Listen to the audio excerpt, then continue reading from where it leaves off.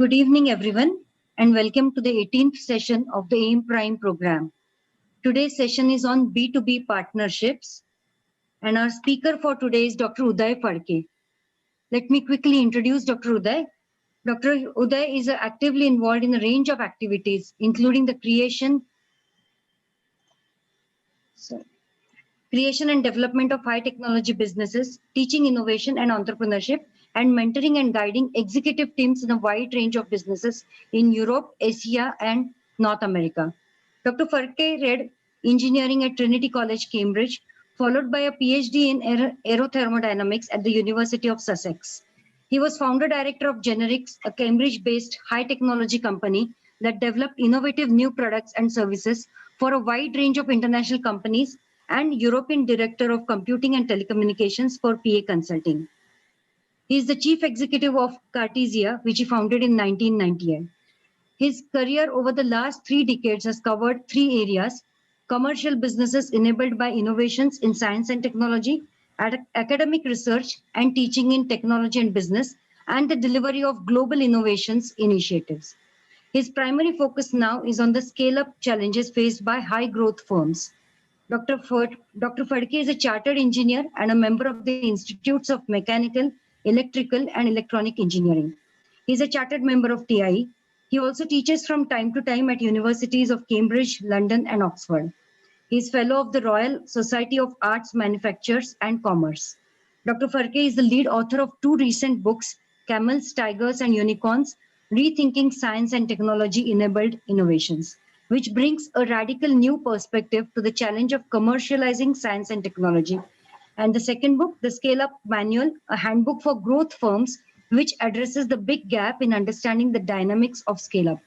With this introduction, let me hand over the stage to Dr. Phadke. Welcome, Dr. Phadke. Thank you, Uday. Can you hear me all right? Can you hear me okay? Yeah, we can hear you. Oh, good. Right. Just checking that you can hear me. I'm going to share my screen.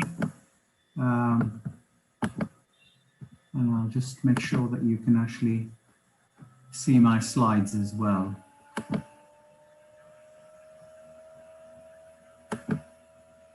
So can you see my first slide? Yes, we can see that. Right. Okay. Now just checking.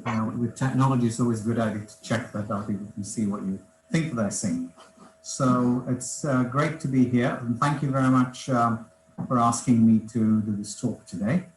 And I'm going to talk about B2B partnerships. And as we all know, this is quite a complex topic. And when Prem Nathan Mall and another said, can you talk about B2B partnerships? I thought I needed to try and create a little bit more of a framework and a structure, because all businesses are going to be trying to address partnerships with other businesses.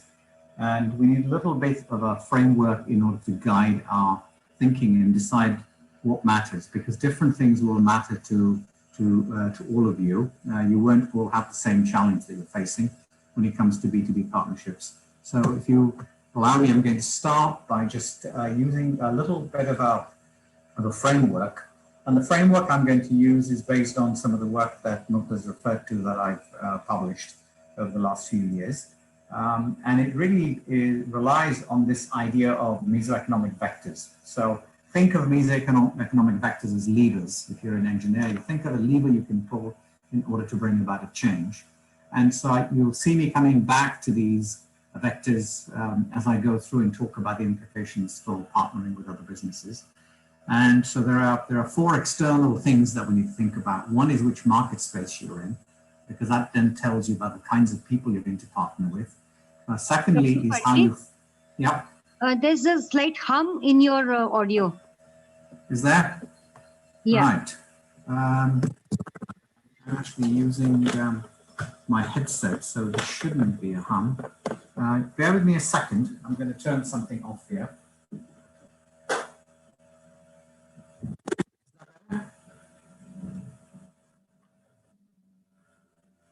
Is that better? Yeah, if you could just slightly take up your audio, the volume. Yeah, okay, I'll just turn my volume up on this. Just bear with me a second. It was better the first time we talked when you joined. Ah, okay, but it's suddenly gone funny now, is it? Right. Hold on a second.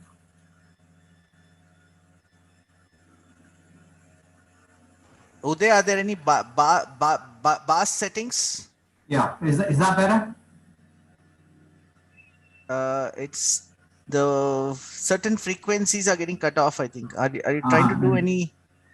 Yeah, I'm just going to set it go back to neutral settings. I'm going to go neutral and then try again. Can you hear me now? Yeah, it's little better, but not perfect. But it's okay. Okay. Let's start. Really? We'll see. Yeah, I think is that better? It's this spatial frequency variation is also an issue. So.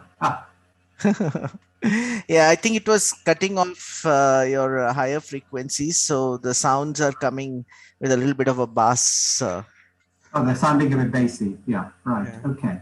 I mean, should I stop and try and fix it, or should we just carry on? I think. What do you think, Mugdha? How bad is it at your end? No, we can hear him, but the first thing he joined and we spoke, that was much better. But yeah, I think we can go ahead. Okay, fine. I'll just carry on then. If it gets really bad, tell me and I'll reset everything. You know, the old technology trick, just reset everything and then it works better. But for the moment. Uday, how far is your mic? Not the headset, but the regular mic. You can see it. I mean, you can see me on screen. I'm actually using this headset with a mic.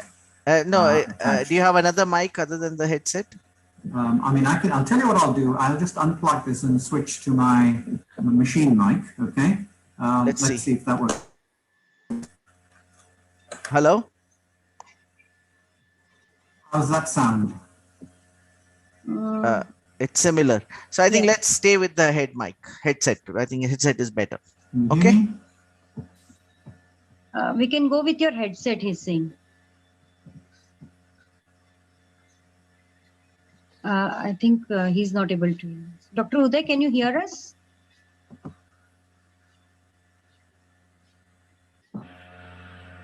Can you hear me now? No, I think the headset was better. The hum has increased. Yeah.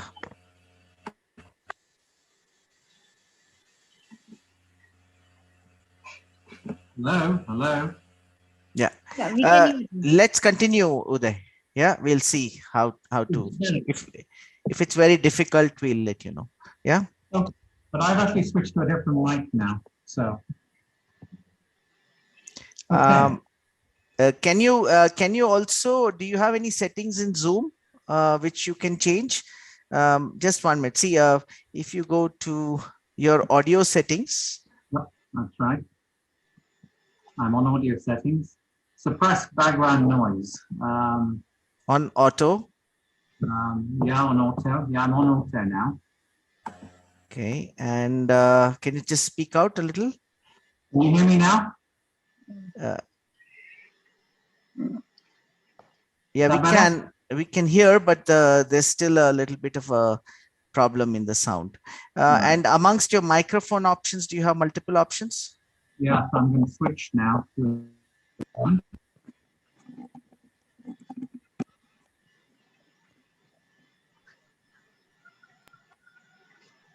Yeah, try another option there instead of auto. Maybe go to high or medium. Yeah, I'm just going to high. Yeah, that's better. Just 1 minute. Is that better? Yes, that's better. Ah, good. So we have a solution. Excellent. Okay, good. Let's continue. Mugdha, right. I suppose this is good, right? Yeah, this is good. Let's continue. This is good. Yeah. All right. So just go back to where I was. I was really talking about the things we want to think about when we're looking at B2B partnerships. So we covered market spaces, which market space you're in, and also started to talk about how you frame your proposition, trying to understand who your competition might be, what the regulatory impact is. And then the third area I'm going to pick up is talk about how you define your customer and how that affects how you partner with people. And the fourth one is probably very critical, is channels to market, because a lot of you will be trying to build B2B partnerships, which are about taking your product to market. And then I'll say a little bit about some of the internal things more under your control. You may have earlier stage partnerships where you're actually sharing stuff on technology or IP, or you might be trying to shape your product or your service in cahoots with your partners, and then how you deploy these services. So I'm going to talk about that, and then I'm also going to try and look at what this means for how you position yourself strategically in terms of B2B partnerships and what implications it'll have for your business model. So this is going to be my kind of unit of currency I will come back to, and I'll try and bring things to life by giving you real examples. And if any point in time, you feel like you need me to expand on something, then either put your hand up and ask the question depending on what you've agreed with Premnath and others, or that you can put in the chat line, and I'm sure Premnath will prompt me. Okay. Sure. So the key thing then is the first question I think you need to ask yourself when you're thinking about your partnership is, where exactly are you on the maturity regarding your journey? And this matters because your B2B partnership priorities will change as you get bigger or as you become more mature as a company. And so it's really quite important to understand where you are on this journey, because it'll could have a significant impact on the kinds of partners, the kind of conversation you have, and what your partners are expecting to hear from you when you go there. So clearly, and this is a model based on commercialization readiness level. And broadly speaking, there are these three chasms, 1, 2, and 3 you see on there. One is when you're building a prototype. So when you're building a prototype, you may have very different conversations with your potential business partners compared to when you're trying to cross chasm 2, where you're trying to prove your business model. And so there may be issues around business model proving where the relationship will be very different and your priorities be different. And the third area is around the third chasm, where you're really trying to scale numbers. And that might apply, for example, if you've proven something in the Indian market, but now you want to take it, say, into the US market. And so you're really looking at how you're going to expand into new markets. And so your business partnerships may be very different in nature. So to sort of summarize, if it's very early stage, your partnerships may involve conversations about IP, about technology.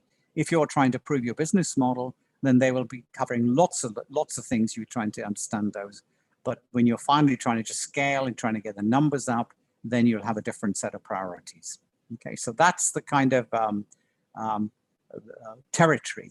And the most common territory area for people who are trying to grow their businesses is actually around chasm 2, because typically when you're developing a technology, say you've got some new sensing technology, or you've developed some new material, usually there'll be a limited number of partnership conversations around chasm 1 that you're having. And when you're trying to scale and go to channels, those partnerships may not be deep, but they may be more concerned with things like identifying channels and what you're trying to do. So the message here is that I suspect that your hardest partnership conversations are going to happen around chasm 2, which is where quite a lot of you are already, I suspect, having looked at some of the information that Kaushik and others shared with me. So there, lots of things matter. And a part of the challenge you face is deciding what really matters and how you're going to triangulate based on who you're talking to. And so I'm going to look at the structured treatment of B2B partnerships based on a number of things. Each of these vectors you see, I'm going to talk about where you're aligning in the market space and where you're, for example, where there's maybe a technology fit issue or an IP fit issue, or where you're trying to align your talent and your culture and your leadership models, for example. And I will try in each case to try and pick out 1 or 2 examples to bring this to life.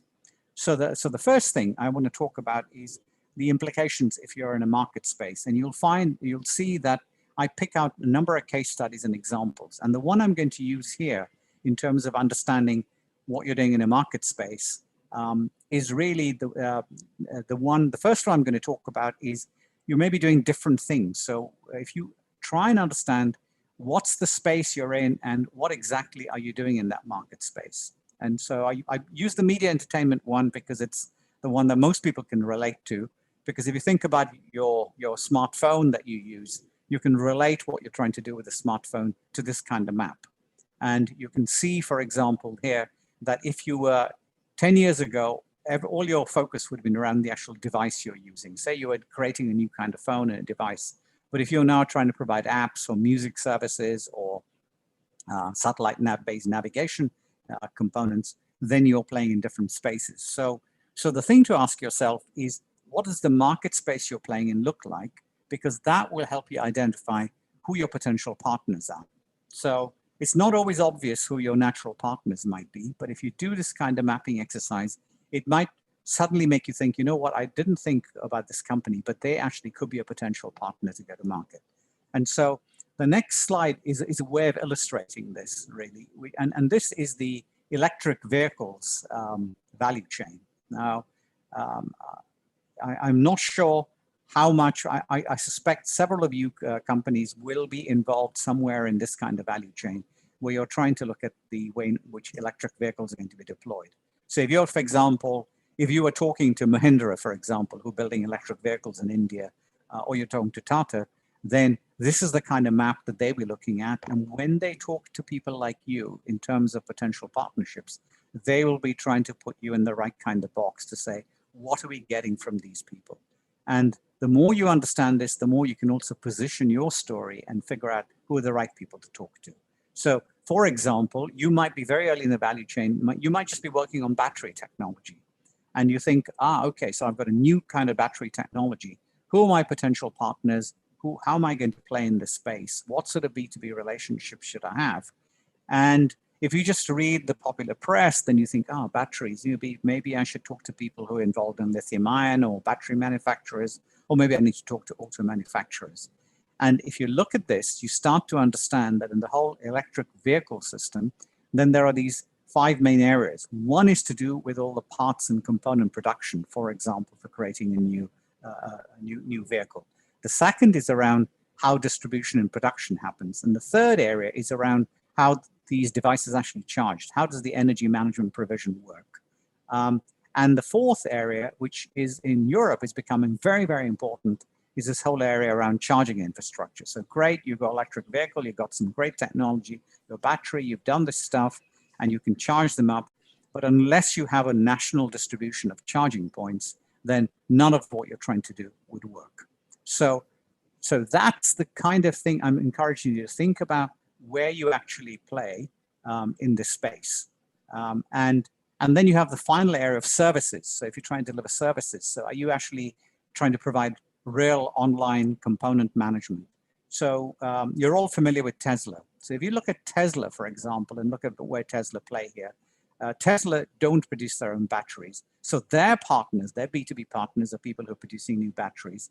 They also partner with people who are providing vehicle control systems. And they also, but they're involved in the manufacturing and assembly of vehicles, and also involved in the distribution.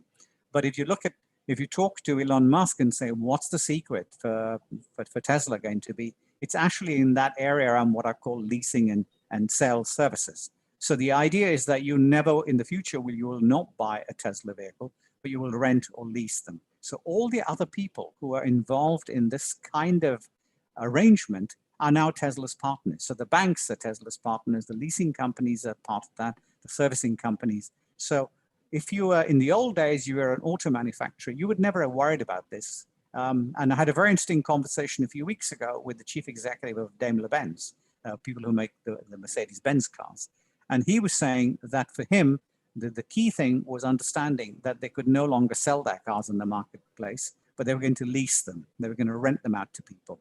And so the partners, so the entire dealer network is changing. Instead of having lots and lots of garages and dealers and dealer discounts, they're now talking to people who will buy the machines, finance them, the funding of buying the cars, but then will provide this as a service to people, so that people like you and me will not go and buy a car. We will rent a car, we'll actually lease a car, and we'll pay a monthly fee, and somebody else will take care of everything.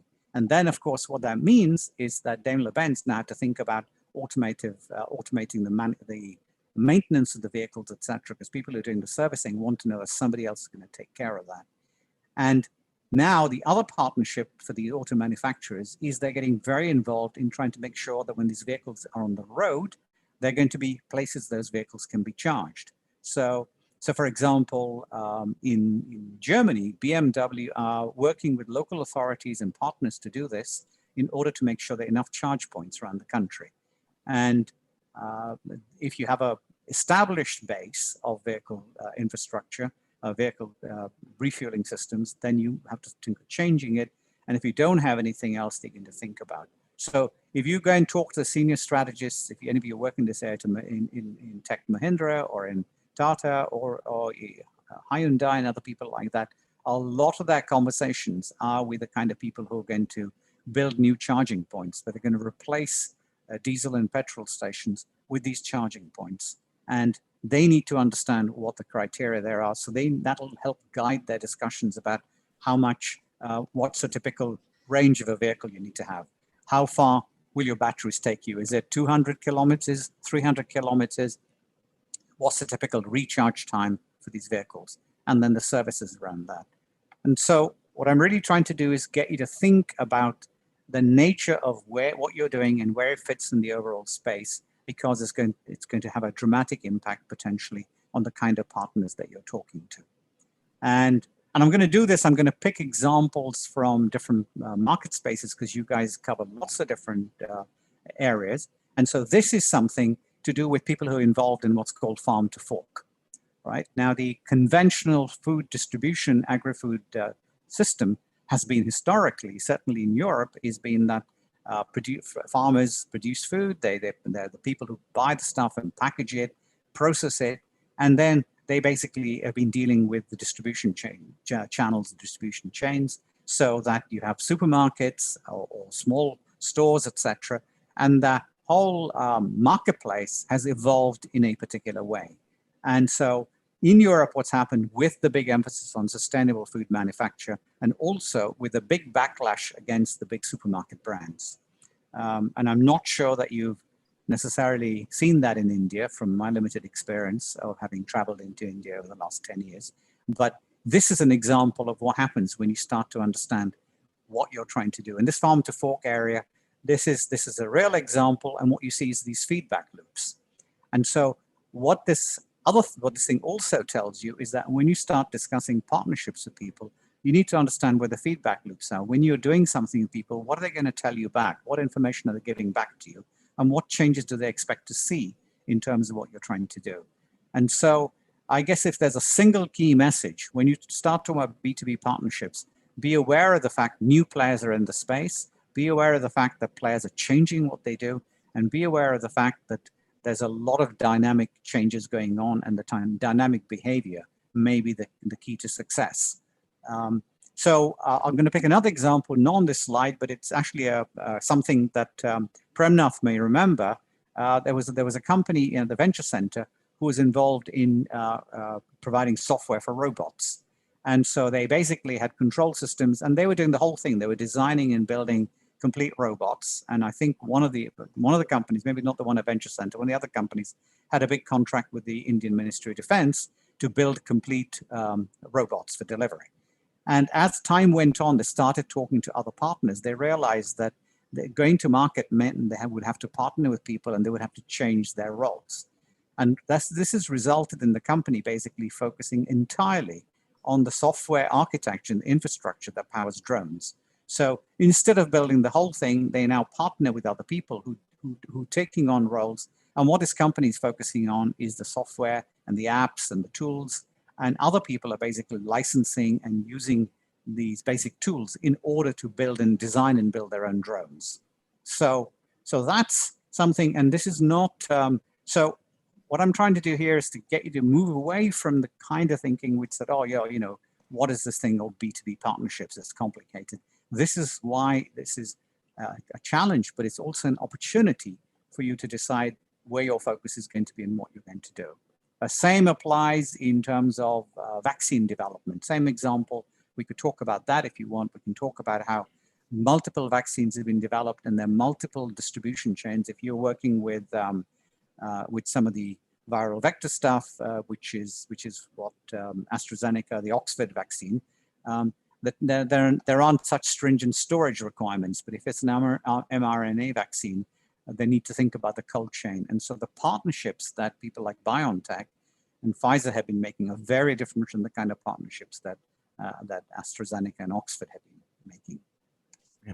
So Can I just ask a quick question out here, Yes, of course, Uday, Prem. and also take you back a little bit. If you can keep it on the electric vehicle slide as well, Yep, right? yep. Just as a quick discussion break, let us say. Yeah, good. Yeah. So there has been a question about, first of all, you know, what you're trying to do here is that you're putting together a value chain, right? And different parts of the value chain, right? Yep, that's right. And of course, you also mentioned that the value chain can keep changing on you because everything is dynamic and things are moving. So new players will come and so on and so forth, right? And so here, for example, the battery manufacturers might be somewhere on the left here, but they may need to know how the charging infrastructure really works in order to design their products, right? Those can, that was it. Yeah. So when you look at this, one question that has come up is, how do you put together this kind of a value chain, and what kind of sources of information can you use? Is it something like many people who are entering business may not necessarily be familiar with the entire value chain, right? So a simple question of how do you put together and make sure that it is robust enough, accurate enough to at least give you some insights and to give you a sense of how would you go about putting together the value chain and identifying the partners? So that's a great question, Premnath. As you know, we run quite a lot of programs around Europe and North America.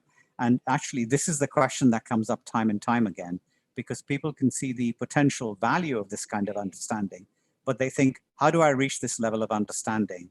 How do I do this? And there are several points worth making. The kind of conventional view of value chains is what Michael Porter wrote about. And those of you can always read about Michael Porter's work. But that was a very static view where he was interested in supply chain. So he said, you're in a very stable market that's not changing. You sit in the center of it. Yeah.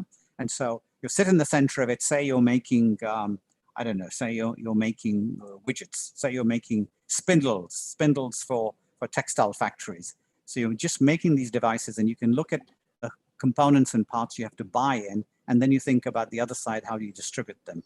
So those kind of value chains, which are centered on the company, your where you are a useful place to start to say, do I understand in the conventional situation, where am I and what am I actually doing, and who's feeding into me and who am I feeding out to?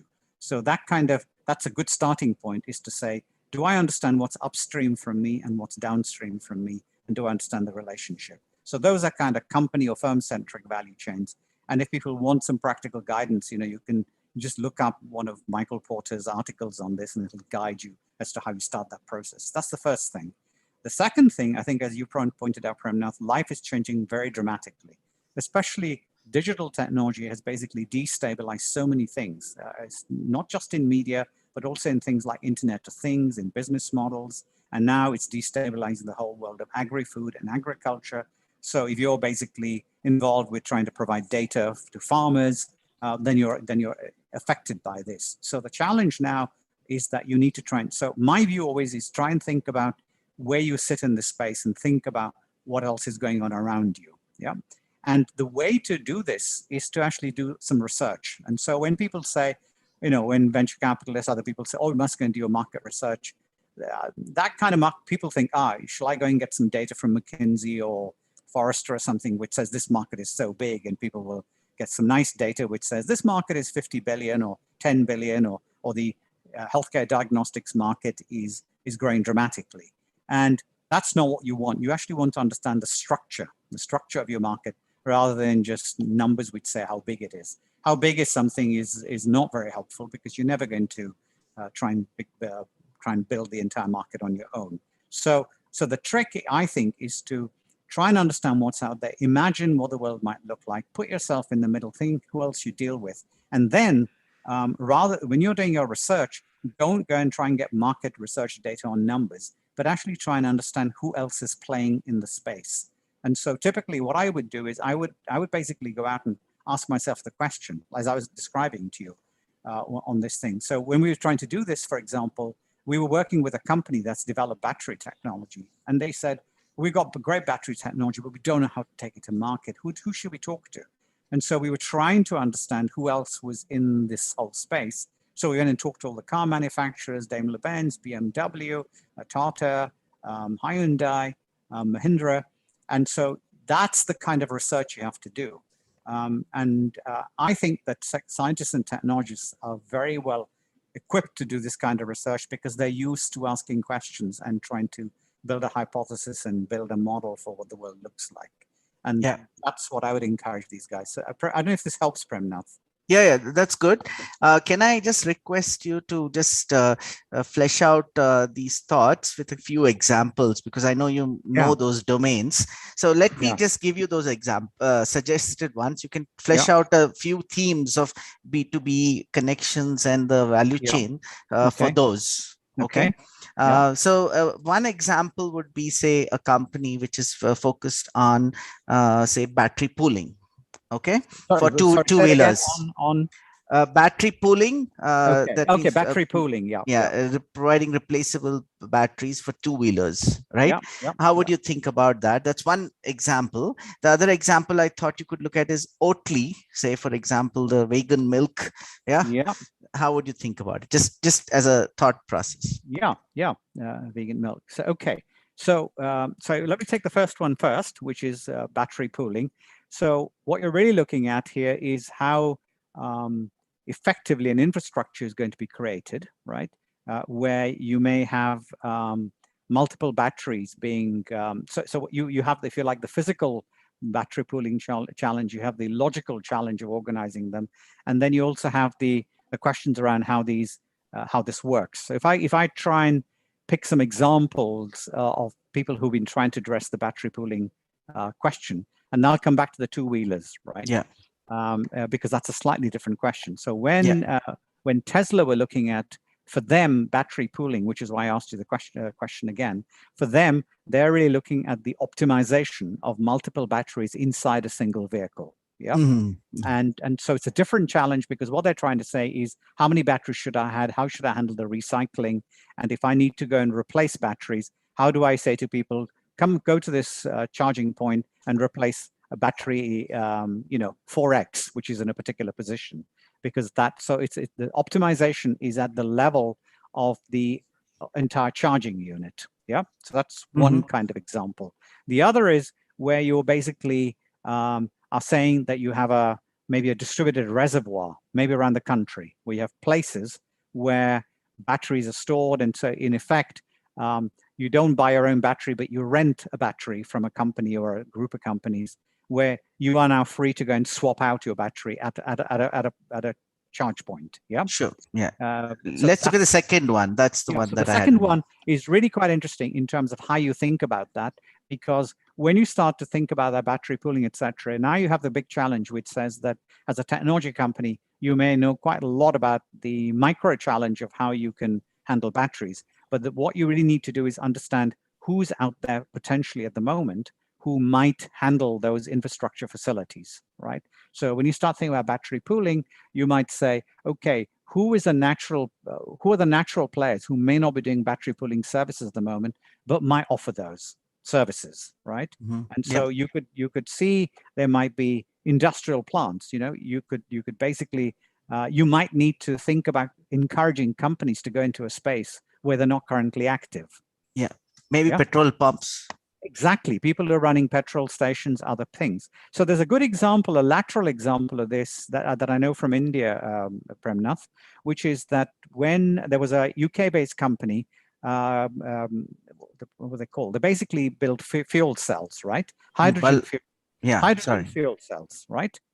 Intelligent Energy, that's what the company was called. They built hydrogen fuel cells, and they decided they wanted to take their product into the Indian market, right?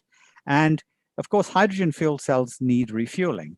And so they needed to find out and so they when they started doing more research into the market space, they discovered that there was a sub-market around telecom towers, right, which need charging. And they discovered that they could actually provide hydrogen fuel cells for for powering telecom towers. And they managed to persuade the telecom service companies basically to build out a workforce and an infrastructure which allowed them to basically provide this capability. So, and these telecom companies were running national stores where they were pooling this technology. They were storing stuff. So you basically they would collect a battery from a telecom tower. They would regularly monitor these telecom towers, and they would then take them back and recharge them, they would resupply. So in this case, nobody was doing this, and all of a sudden, and you probably know this, the telecom towers companies, some of them have now listed with very large valuations because they created something new. But that partnership conversation was very interesting. The other conversation they had, which didn't go anywhere, was they started talking to the big petroleum companies, people like Shell and others, to say, do you want to be involved in the hydrogen refueling system for India, right? And so this kind of battery, I think the key message here is think outside the box, think about other people who may be better placed. The other example, of course, you know about is what the mobile phone companies did when they wanted to provide chargeable capability for mobile phones. And of course, they discovered that in the Indian rural sector, all the little dukans could basically provide little services. So you take your phone and you pay 10 rupees and you top up your charge. And that, of course, didn't exist before. None of the small shops were digital recharging points.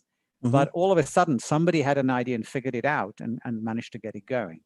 And that's the kind of innovation you're going to need. And I think the battery pooling example is a really good one because that's going to hold. If people can figure out how to do that, that might be, or they might go after distributors for Bajaj. I don't know. The interesting thing would be to say to Bajaj and people like that, what are you guys doing? How are you going to handle the battery pooling challenge? They might say, oh, we're having all these conversations with various people. Oh, we didn't realize you were interested in it. And all of a sudden, they're educating you and helping you. That's, I don't know if this helps at all. Yeah. And also at the other end, the battery manufacturers themselves, exactly. They also become sort of partners in that. Just in the interest of time, quickly, if it was vegan milk, going backwards and forwards, for example, so vegan milk is very interesting because you're now at the intersection of the plant food chain and the animal food chain. And the reason I'm saying that is because the plant food chain is where you're creating, you're generating the components to make vegan milk. But you're also interested in the other side of the dairy milk chain, because it may be that the fastest way to get your vegan milk products is to get them alongside other dairy milk products. So understanding the conventional dairy distribution value chain in the business and who else is playing may be a very good step to do. Or the other thing is to find new players who are basically in neither of those chains, but you know what, they think vegan milk, maybe better storage qualities and everything else, could form part of a new packaged product that could be taken out without the conventional constraints on temperature management of the product. Yes. So I think let's continue, Uday. I'm sorry for the digression. No, it's okay. I mean, I think these examples are actually probably the most important thing because they help people to think. We try to encourage people to think outside the box and say, how can I do this? And what do I need to think about, right? Sure. So I'm going to press on. And then a little story here, because really it's trying to understand what your partnership drivers are, right? And this is the same value chain I showed you at the beginning. This is media and communications market space. And we've been spending a lot of time talking about what I call market drivers. So new players, people are creating new content or new intermediaries in this particular case, or people who are basically, looking at how they're going to reach end customers. But there might be, we also talked a little about technology drivers. So that the question to ask yourself is your market space changing because the market is changing because of opportunity? Is it changing because technology, what you've got, your technology, could change the way behavior changes, or it could change the way things happen? So, for example, this is an example from British Telecom and the partnerships that British BT made. This is a real example of a big telecoms company who's changed completely from what they were like. They used to basically just provide a telecom service. But if you look in here, one of the technology drivers that they had to think about was what's called fixed mobile convergence, because they discovered that, femtocells, picocells is a piece of technology which allows you to change the functionality. And so there became a crossover point where you got to a point where you could stop, you merged, you blend the difference between a typical mobile device and a fixed point in the home, which is part of your fixed telephone infrastructure. And the fixed mobile convergence has led to, for example, BT acquiring EE, which is a mobile phone company. So that's a great example of something new. But they didn't just do that like that. They had lots of partnerships with smaller companies they were playing with. People who were building little pico cells had no idea what the technology go to market, suddenly found a big player who was very interested. So that's an example there. In terms of market drivers, the other thing worth saying is that BT as a company decided that they needed content if they were going to try and relate to the end customer. And so they went and bought the rights for the Champions League. They spent £800 million buying content rights for the Champions League. And you're seeing Reliance, for example, in India, people like that who are doing very similar things very quietly usually, where if you look under the bonnet, you find that they've tied up with consumer brands like Pepsi, and they've also tied up with people like the IPL and others because they can't do everything themselves. And if you, for example, have an interesting piece of technology which enables you to do something that wasn't possible before, like interactive scoring, then that is something you need to think about, because lots of big players you would not normally think about talking to. And then there's finally the regulatory drivers. Regulation may change certain things, what you can do. I mean, certainly not for vegan milk, I don't think any regulation, but the whole area around vaccine deployment, for example, may or may not create opportunities for you. So, and then I'm giving you another example, just to keep you thinking about this, is what's happened. And this is, we all know this, the whole mobile, if you looked in 1995 and you spoke to Nokia, who had 55–60% market share in India, all they did was provide devices. Nokia are nowhere to be seen. Why? Because they didn't understand the need for partnerships with music content producers, with people who provided advertising networks, or with payment platforms. So, and so the key thing here really, just to remind you, is, think about where your proposition sits in this thing, and then think about who might be suppliers and who might be partners. And so the B2B partnership story means that you need to understand exactly what's your secret sauce, where you're going to partner, where it's not be a partnership in a conventional sense. I'll talk about business models later, or where you might basically have to work with people who may just be suppliers. They just sell you stuff, but then it's not a strategic partnership, or it may be a supplier partnership. The other thing I want to then talk about is a little bit about customers. And you might say, why is he talking about customers? Because what about, customers in terms of partnership? The reality is that, I mean, even Facebook, they claim to be in partnership with all their consumers.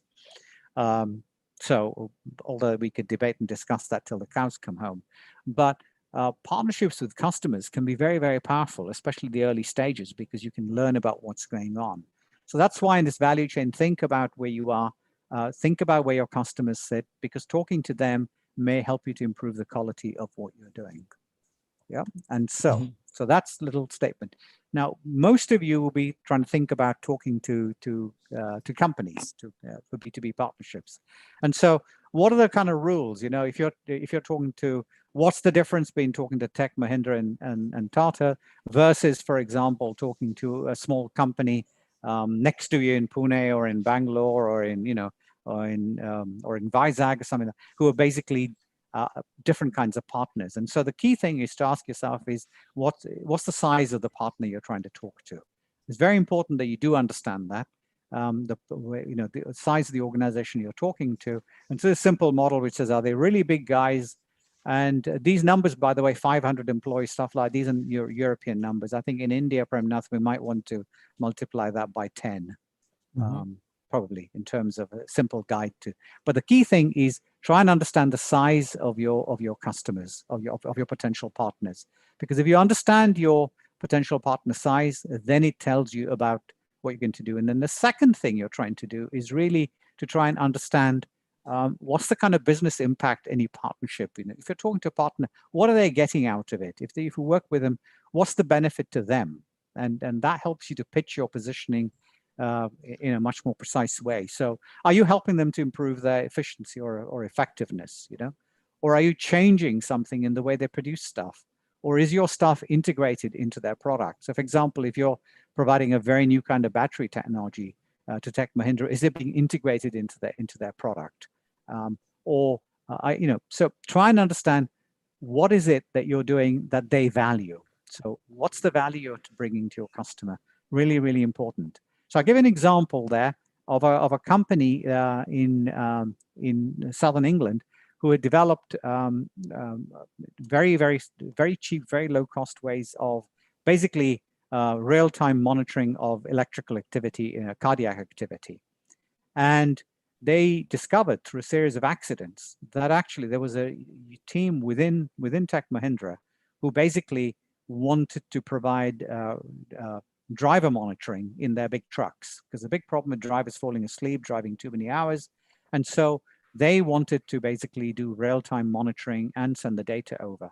And they ended up in a partnership with this company. And this company's sensor, this little sensor, cardio sensor, is now actually is woven into the seat back. So every car that Tech Mahindra's new truck range ships will be enabled with this sensor. And of course, what this meant was that the partnerships, you can imagine what's going on here, because they had to have discussions with people who make the seat backs, people who design the fiber covers. So how could they knit this sensor into the seat back? But that single partnership conversation with a large player, with Mahindra Group, led them into a series of partnerships. And that has led to a whole new set of business opportunities. Because originally they had this cardiac monitor sensor, and they were spending all their time talking to the National Health Service in the UK saying, we have a much cheaper way of monitoring cardiac function. And the hospital said, we have many devices for monitoring cardiac function. Thank you very much. But the cost of the sensor itself is not the real issue for us. In this particular case, they were able to integrate this into a customer product that Tech Mahindra want to sell. And the Mahindra Group then also introduced these people to other IT companies who said they want to build a data infrastructure. And so this company has now moved from just being a sensor maker into basically providing an infrastructure which allows the data to be interpreted. So they're providing diagnostics to say, we can predict when a driver is going to fall asleep, or we can predict, we have all this data about range and everything else. Yeah. So it's really trying to think about, think about who these partners you're going to work with. Where exactly are they sitting? Are they a small, medium-sized player? This grid is just a way of summarizing what I said. Or are you basically just providing a consumable to them? So how much are they a customer, a direct buying customer versus a partner? HP printers, for example, they have lots of partners now who make lots of different things for HP, ink and other stuff. And what HP have is the consumer brand recognition. And so those partnerships are very important for them, because they're outsourcing more and more. So we're seeing this effect, by the way, if you haven't seen it already, where there was this move towards consolidation from big guys. They're now starting to wanting to build resilient supply chains and outsource more and more stuff. I mean, even BMW don't make their own cars anymore. The manufacturing of several models is outsourced to a Canadian company called Magna, who basically design and build the manufacturing plants and produce the vehicles, and somebody else then comes and fits them. So and then this is the one that most people kind of really worry about, is go-to-market distribution. And so you've really got to think about how you're going to take your product to market. All these things come into play. And don't want to frighten you by saying there's so many things you need to think about, but you've really got to try and get a better understanding of how your product's going to get deployed into the field. You're going to have to worry about who's doing what. And in particular, this is a very useful model, this M7Ps model that you use in order to try and figure out where you're playing and what really matters. Are you got a product in the middle? Do you need a partner? Do you need to position your product? Do you need partners because they'll help you position what you're doing better? What are your partners actually doing? Or do you need to think about pricing and packaging? What about promotion? So this isn't, life has now become disaggregated to an extent that wasn't true 10, 15 years ago. And that's not just a problem, but I think it's a big opportunity. And so this is an example of saying, where's my focus? What am I trying to do? And then I want to say take an example for that, Uday.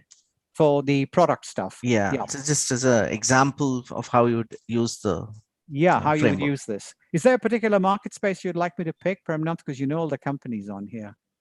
Yeah, I was just, how about, can you think of maybe 5G radio stations, radio? Okay, 5G, yeah, 5G stations is a very good one. because the big challenge around about 5G deployments is how the spectrum is going to be handled. I don't know about the latest Indian spectrum rules, but in Europe, what has happened is that 5G was going to be auctioned. The spectrum is going to be auctioned in the same way as 4G, right? So that meant the big guys could basically license spectrum and turn up and play with that, and so it favored the big guys. In Europe now, what's happened with 5G is they've said it's not going to be spectrum licensing. We're expecting small guys to come up, and 5G will be an organic growth, right? So you'll have companies in there who basically may be providing software and tools which allow the configuration of 5G telecom towers. They might allow bandwidth utilization to be harnessed, etc. So the 5G space is actually breaking. It's breaking open this sort of homogeneous model for spectrum allocation, licensing, and spectrum usage. Yeah. So I think that'll be the same. Is that the same in India, Premnath? Yes, I think so. Yeah. Yeah, I suspect it will be because the International Telecoms Union are mandating some of these things. So if you look at the 5G towers and 5G stuff, this now creates a very big opportunity for small, medium-sized players to turn up and do innovative things and not be dependent on the reliances of this world, right? Certainly not in the short to medium term. In the longer term, you can see that the people in Reliance will be saying, we want to have all these partnerships because actually we're going to buy all these companies. Somebody else is going to do some of the heavy lifting. We're going to learn, we're going to position, and then we will buy up these companies. So if I look at the 7Ps model in this particular case, the first thing is be clear about what your product is actually going to be. Is it going to be a service? Is it going to be some guidance, advice? You're selling a device, you're selling a machine. What is it you're actually providing into that 5G space? And once you're clear about, then how do you position it? How do you tell the story to other people about where you're playing? And then, of course, the question becomes, so how are you going to price it? And that depends on understanding who your customers are, we talked about before. And then place is important because you're thinking about, how am I going to, is this going to be everything done online? Are people going to do this, or are they going to be physical retail distribution points? For 5G, are these devices going to be sold in the electronic stores around India, including the branded stores that Reliance and others run, or is this something that people will order online and have? And of course, then that impacts how you're going to promote. The process is the really critical thing here, because before you can do anything, you need to understand the process by which what you're taking goes to market. And I'll pick another example there of a process point here. There's a company spun out of Imperial College in London, which basically does corrosion monitoring. So the technology was corrosion monitoring technology. So you can monitor corrosion in pipes. And they said the whole world, everybody's got pipes everywhere. And it took them a little while to realize actually that the one place where price wasn't going to be an issue was in refineries, oil refineries. And oil refineries, there are about 160 in the world. If you shut a refinery down for one day, that's something like anywhere between $1 million and $10 million down the drain. And so those people are not price sensitive at all. And so they realized that that the way they needed to take their product into the market was to actually just sell to oil refineries. But then they need to understand the sales process. So they need, how do I understand the sales process? And in this particular case, they actually hired somebody who was used to selling to the oil refineries, who actually understood how oil refineries buy, how they price, etc. And so they outsourced this piece. The technology company outsourced it to somebody who understood the sales process. And they were very successful. The hardest sell, by the way, was to our friend Mukesh Ambani. Mm-hmm. But when you're thinking about relevance score and execution score, okay. how are you scoring these? Like, so let's take one row and just so it's very straightforward. One is you decide how much does this matter, right? How relevant is it? So you can say to your end objective as a business, right? Mm-hmm. So all the time you're thinking about what you're trying to do. So you might say, I don't care about the price. So the relevance is another way of saying, do I care about this, right? Mm-hmm. And then execution is how good am I doing it, or how much do I care? How much resource am I willing to put into this to become really good at it? Mm-hmm. Yeah. So I give you the example of sales process here. For example, the relevance in this particular case, it turned out that the whole thing depended on understanding how refineries buy. So process, the relevance was very high. Yep. In this particular example I'm giving you. And they realized they were useless at it. The execution score was really poor. And so they realized the fastest way to do this was to buy in some resource, people who actually knew how the sales process worked in these areas. Yeah. So, for example, in this chart, how would an iPhone figure, would it look very different? So, okay, so if the chart I've got up there, if you're going to put an iPhone up, say it depends on what your iPhone, if it, you know, depends on what the iPhone is trying to do. iPhone is quite a mature brand now. Let's imagine that I'm trying to create a new smartphone, right? And I'm trying to do it because I want to sell it for $3 because I want to hit a lot of big markets, high volume markets, low price. So what this now says is that I need to really think very clearly, cleverly about what my product is going to look like, right? So it's very relevant, and how can I execute this? So it becomes very important. So in this case, for a new generation of smartphone, product becomes very critical because I've got to hit the right price point. Positioning also becomes important, although the positioning is sort of linked in, but the position you might say, what's the message I'm going to, remember Premnath, the early days of the Tata Nano, they were going to sell this to all the people who own two-wheelers and three-wheelers. And their positioning was based around that. And after 2 years of banging their head against a brick wall, they realized the people who were buying the Tata Nano were wealthy families who were buying it as a second or a third car for their children. And so they had to change their positioning completely. Yeah. So positioning matters. Price clearly is really, really important here for you if you're trying to do this, because you're trying to hit a price point. So you really got to get very good at cost engineering your price, how you buy components, how you knit it together. Place may or may not matter depending how you're going to sell it. If you're going to do it all online sales, then you might think about who do I partner with in terms of selling that. And then the promotion, you might say, I'm going to outsource that. Somebody else is going to do that. So if you're looking at smartphone, there are so many other distributors and other people out there.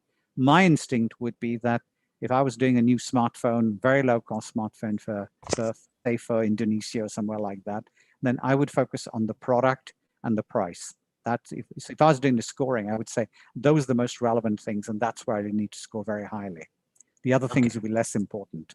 That's the way. I mean, and the answer will be different based on what it is you're trying to do, where you think your secret sauce is. It may be that you're just buying in components from all these foundries in China, and the product, anybody else can make the product, right? In which case you won't worry about that, but you'll think about, how do I package this up? How do I position the thing? Do I position as it saying, you know, this is a uniquely Indonesian phone, even though I might have to lie to do that if the components are coming out of South China. Sorry, I think you should continue. We're still at frameworks. Sorry about it. No, that's okay. So, what I'm doing here, Premnath, is I'm actually bringing things to life in each of these things, right? So I want to talk about channels now in terms of B2B partnerships. Really talking about what are your choices when you're dealing with channels? So what is the nature of your so the real question you're asking yourself all the time is, what's the nature of the partnership that I am seeking? Yeah, that's the key. What's the type of partnership that I actually want? And then you start to think about all the other things. So for example, if you're trying to find a channel partner, if everything you're doing is about your B2B partnership is to find a channel, and then you're going to have to think about what is it you want from the channel. So are you looking for somebody who will help you do product service packaging? Are you looking for somebody who's going to help you implement a business model? Or are you looking for somebody who's going to help you make the sale? And the roles played by partners depend upon the type of partnership. And so this is a very useful way of thinking about the nature of your partners and your partnership, right? This is really quite important, which says, what role is my partner playing? Are they, why am I talking to them? What are they doing for me? What are they helping with? Are they helping with my product and service packaging? Am I talking to them because they help me with my packaging? Or am I talking to them because they're helping me to test a business model? Or is that because they're driving the pricing of this thing, ultimately because my product is a small product in a very big marketplace? Or do I actually need to think, am I using them in order to promote my product and service, right? Or are they actually making the sale for me? Or are they actually helping me to service and distribute the product? Or are they involved in the maintenance and support? So So one of the questions, Pranath, we could pause for a moment here. It would be useful to hear from what are the motivations? Why do people think they want B2B partners? Uh, Perhaps you can take examples, but people can type on the chat box on the kind of reasons, the roles that you expect from partners. So for example, while that's happening, while the people are putting their answers in, we can discuss further. Let's take an example of a company which, like we have a company which makes a formulation ingredient for biopharma. Yep. Okay. Right. So it goes, so the natural partner is a biopharma producer, right? How would you or use, is it so are they producing compounds which go into the production of new compounds? Is that what you're saying? They have an ingredient? Yeah, they have an ingredient which stabilizes it, gives thermostability to a so right, so it's the same kind of stuff, that the challenge that people doing food additives have faced for quite a while. And so when you start looking at that, part of the thing, of course, is to understand is you need to understand how that system works, because unless you understand that, you don't know what what the question to ask then is, how much does this partner care about the thermostability of your additive, right? How much difference is it making to what they're trying to do? That's really quite important. And so I guess throughout this thing, I'm trying to emphasize that this is a way of thinking about things that is not generally easy for people to do who are coming from a technology area, and I've done it myself. You think, I've got this great piece of technology, everybody will want it, it could really change the world, it could have a dramatic impact. But the thing is, how will somebody use it? What value is it to them? That's really the question. So I think we didn't get too many answers here, but the question was, if you were looking for partners for your own product, what is the role from the left column that you see here they would play? Or you would expect. So the key thing is, what do you want them to do? What do you want them to distribute your product? Is that why you're talking to them? Or do you want them to integrate stuff into? So for example, the example you just gave, Premnath, about food additives and stuff, right? You're really, what you're trying to get them to do is you want them to integrate what you've got into their product, as I discussed before. And the thing is, you want them to distribute the product as well. So how is that going to work? What is it you want from them, right? and the top line is also worth thinking about, which is clearly, if you're doing this, you're not going to the market direct. But what are you actually doing with them? Are you basically are they distributors? Are you giving them something they sell on? Are they acting as agents, or are they much more strategic in terms of they're actually bundling what you're doing into their product? And so if you, for example, selling an additive, or want to sell an additive to somebody, in the example you gave, then you clearly want to think about how it's packaged into their offering. Are they going to mention it? Are they going to say, component inside, magic ingredient X, which makes a big difference? And how does that impact in terms of, are they going to price the product differently? Or are they, how does this impact you? Are they going to use it or differentiate your product in the market? Or are they going to make it cheaper, more expensive? So then you're interested in how they're going to price it. Because if somebody is selling, a product for, I don't know, for say 10 rupees a kilo, and your component might put that price up by 10%, then you really have to be able to say, how can I demonstrate what the value is? Which then brings us to the next thing down there, which is, are they involved in promoting product and service? Are they saying, buy this thing, this is a what's the word, a flagship, this is a premium product because it's powered by these extra molecules that come from this company, which makes it wonderful.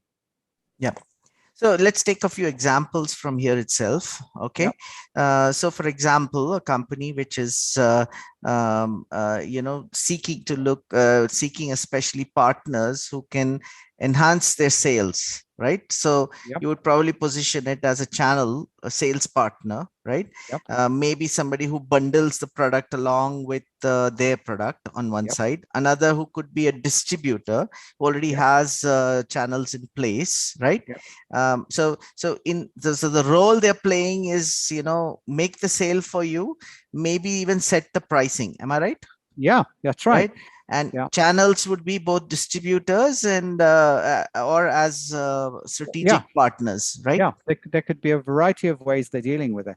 But the thing is that unless you understand this, it's very hard to optimize your product. You might spend all your time optimizing the wrong thing in your technology or your product when actually it doesn't matter to the potential sales. Mm-hmm. Okay. Yeah. So there are some responses here. Yeah. Some have to do with integration, as we discussed. Some are about reducing costs by outsourcing. Okay. Outsourcing partners, manufacturing partners. Okay. Some are about unlock the untapped market for the product. So okay, I've just made a note of this. I'm going to cover them under 3 headings. Fair enough. Yeah. With And some also about scaling sales. Okay. Yeah. And also about distribution primarily. Okay. Yep. These are some of the answers that have come up. Okay, so right? that's great, because that's exactly the kind of thing I would expect, right? Yeah. But let's pick each of them out, and let's talk about the first one is integration. And so if you're integrating, this is all about the strategic span of control you have over what you're trying to do. If what you're doing has to be integrated with other people's products, then you need a very clear idea of who these partners are, what roles they want to play, and what they see as the value in their dealing with you. Yeah.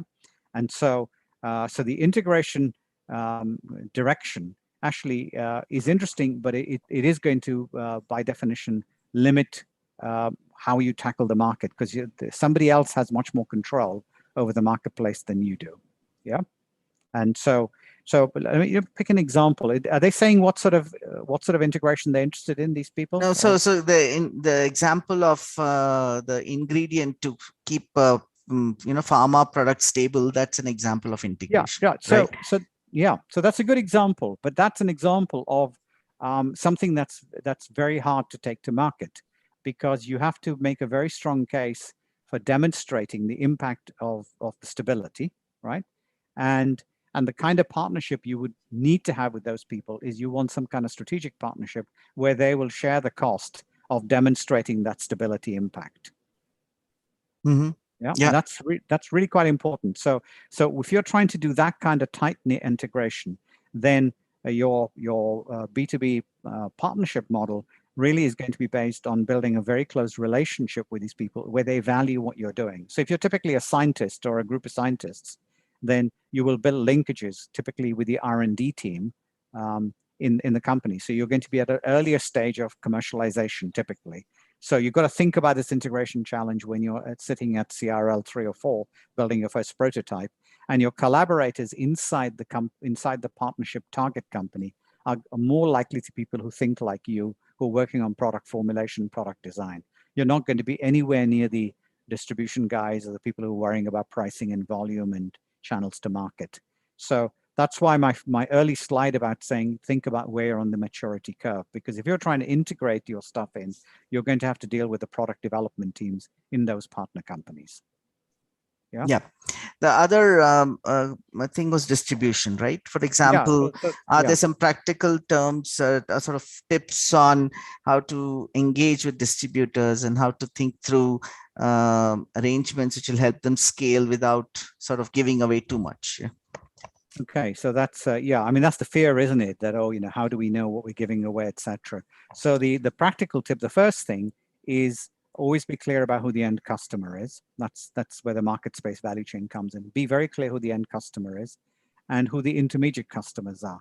So if you have a B2B to C play, so where if you're really selling to other businesses who will then sell to other businesses or to consumers, you need to understand that first. Critical thing to do is, who's my real customer here? So that's the first thing. Once you understand who your customer is, then you're going to try and understand more about the way in which those customers currently buy and who they sell to. So there's no substitute for trying to understand the way in which they operate. And so when it comes to distribution, it's really trying to understand what's the value add that you're bringing and what's the role that they're playing, which is why this grid matters. Because in this particular case, you can see, I mean, you could build your own truth table of this. You could say, I'm talking to a distributor, they're going to control the pricing, they're going to control the way the product is promoted, and they're going to make the sale, right? This is one example. It could be different.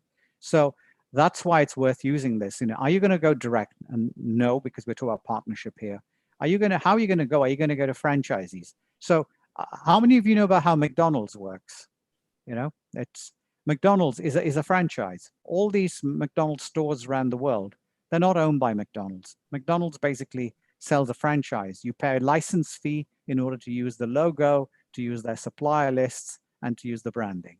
Everything else is your investment. You have to basically pay for the franchise to be set up. You have to buy the stuff. And if it doesn't work, McDonald's can take your franchise away from you, right? So that's a franchise. And so I doubt any of you really dealing with franchises. I also doubt any of you dealing with agents. Agents are people who basically will just sell your product. If you're selling, you know, bars of soap, you might basically appoint a sales agent.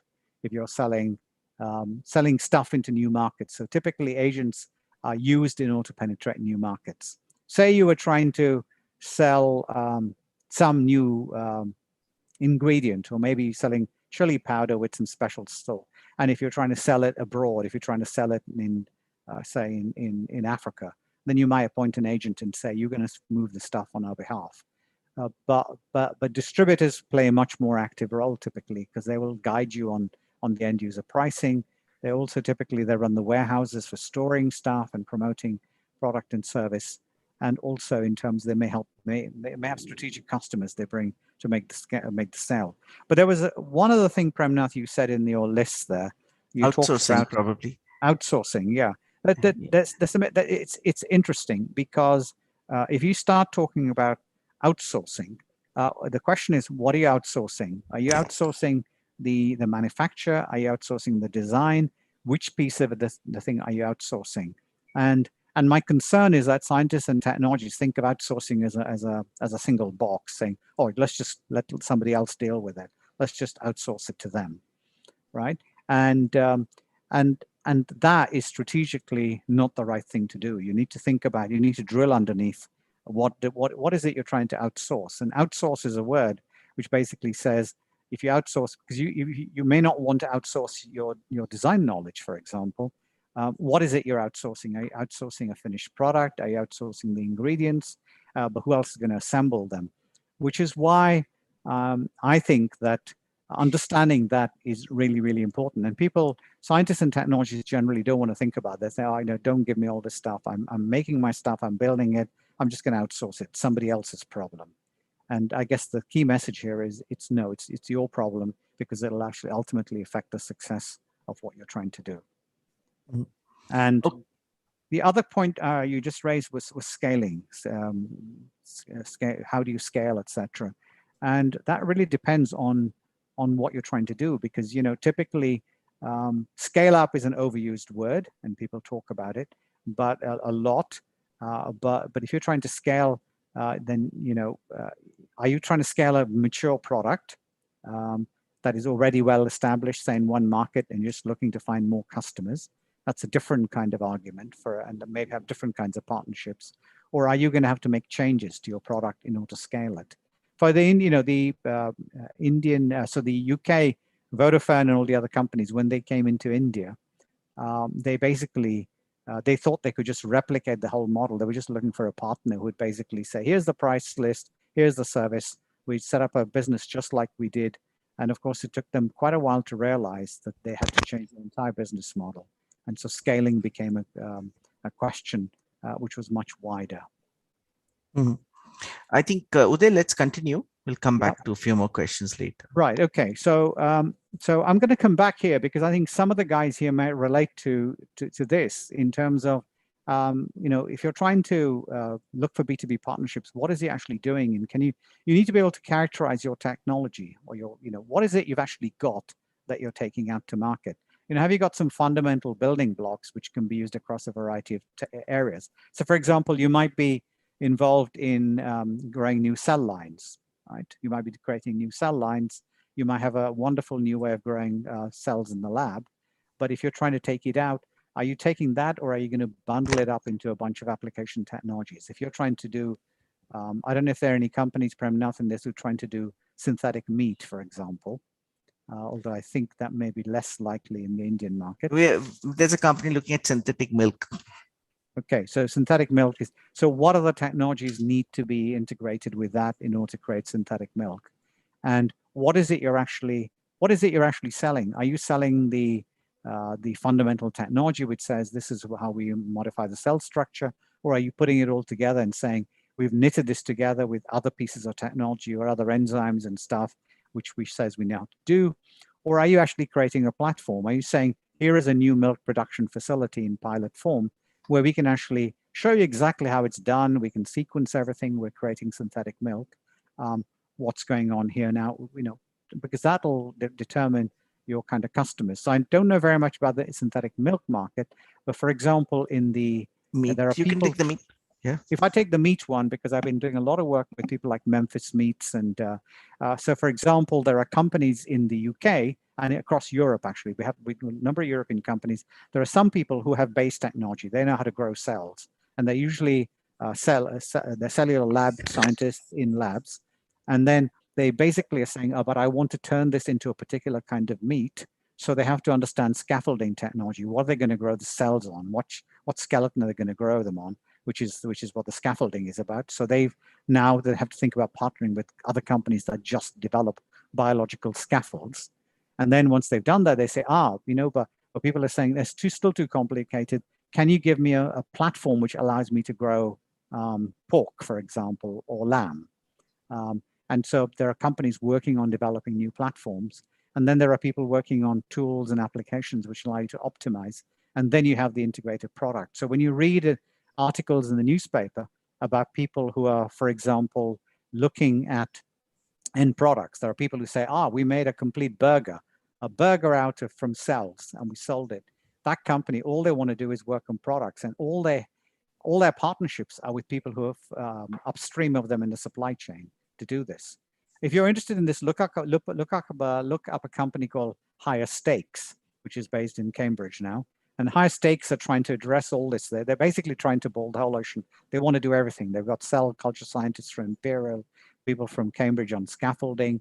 They're trying to build complete production facilities, and they want to provide tools and services where you can say, I want more fat or less fat on this kind of milk, of this meat product I want, and I want to generate stuff that can be coming out in this thing. And then, or I want to provide services.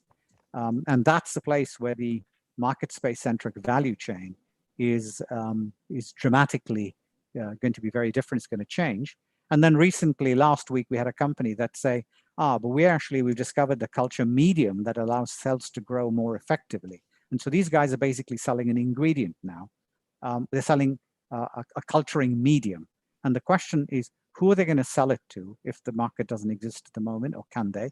And they've been running trials with Memphis Foods, for example, who basically are trying to understand all the different parts of this new value chain. And Pramil, if you're interested, there's a very interesting review article about that kind of biological food industry, which I'll send you a link to. Sure. Yeah. Yeah, because the milk guys might find it quite interesting and quite useful in terms of if they're trying to think about this in terms of what they're trying to do. Okay, let's go ahead. So the key thing here is, and I don't know how many of your companies are working on technology as their key kind of differentiator, as opposed to, so if we kind of said, I don't know, I can't do a poll from here, but if you ran a poll and said, where would your cohort of companies put themselves in terms of their technology? Yeah, we can do a poll. We can ask people to vote. Do they think they are where in the technology layer column do you fit? Yeah, where are they? Because that will affect the kind of partner B2B partnerships they want or they need. Yeah, and I think it's harder the higher up you are in terms of base tech. You know, you talked about 5G, you know, the 5G example, Prem. Now, it's a very good example because, you know, if people are building new platforms for doing 5G, then it becomes clearer who which strategic partnerships they want. They should be talking to the telcos. Yeah. But if they're basically selling application technologies, then it's much harder because they need to find the people who are going to sell to the telcos. Mm-hmm. Yes. So we have a few listing as base technology. Right. Services, application technologies.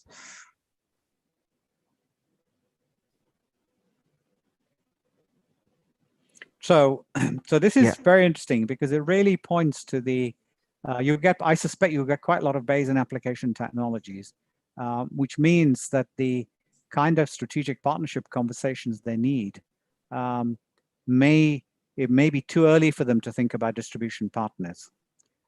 If they find a big corporate they're talking to, they need to find the right people in their organization. So if there's one practical piece of guidance, if you're working on Bayes and application technologies and they're talking to the big guys, make sure you're talking to the right people in the organization. Really, really critical.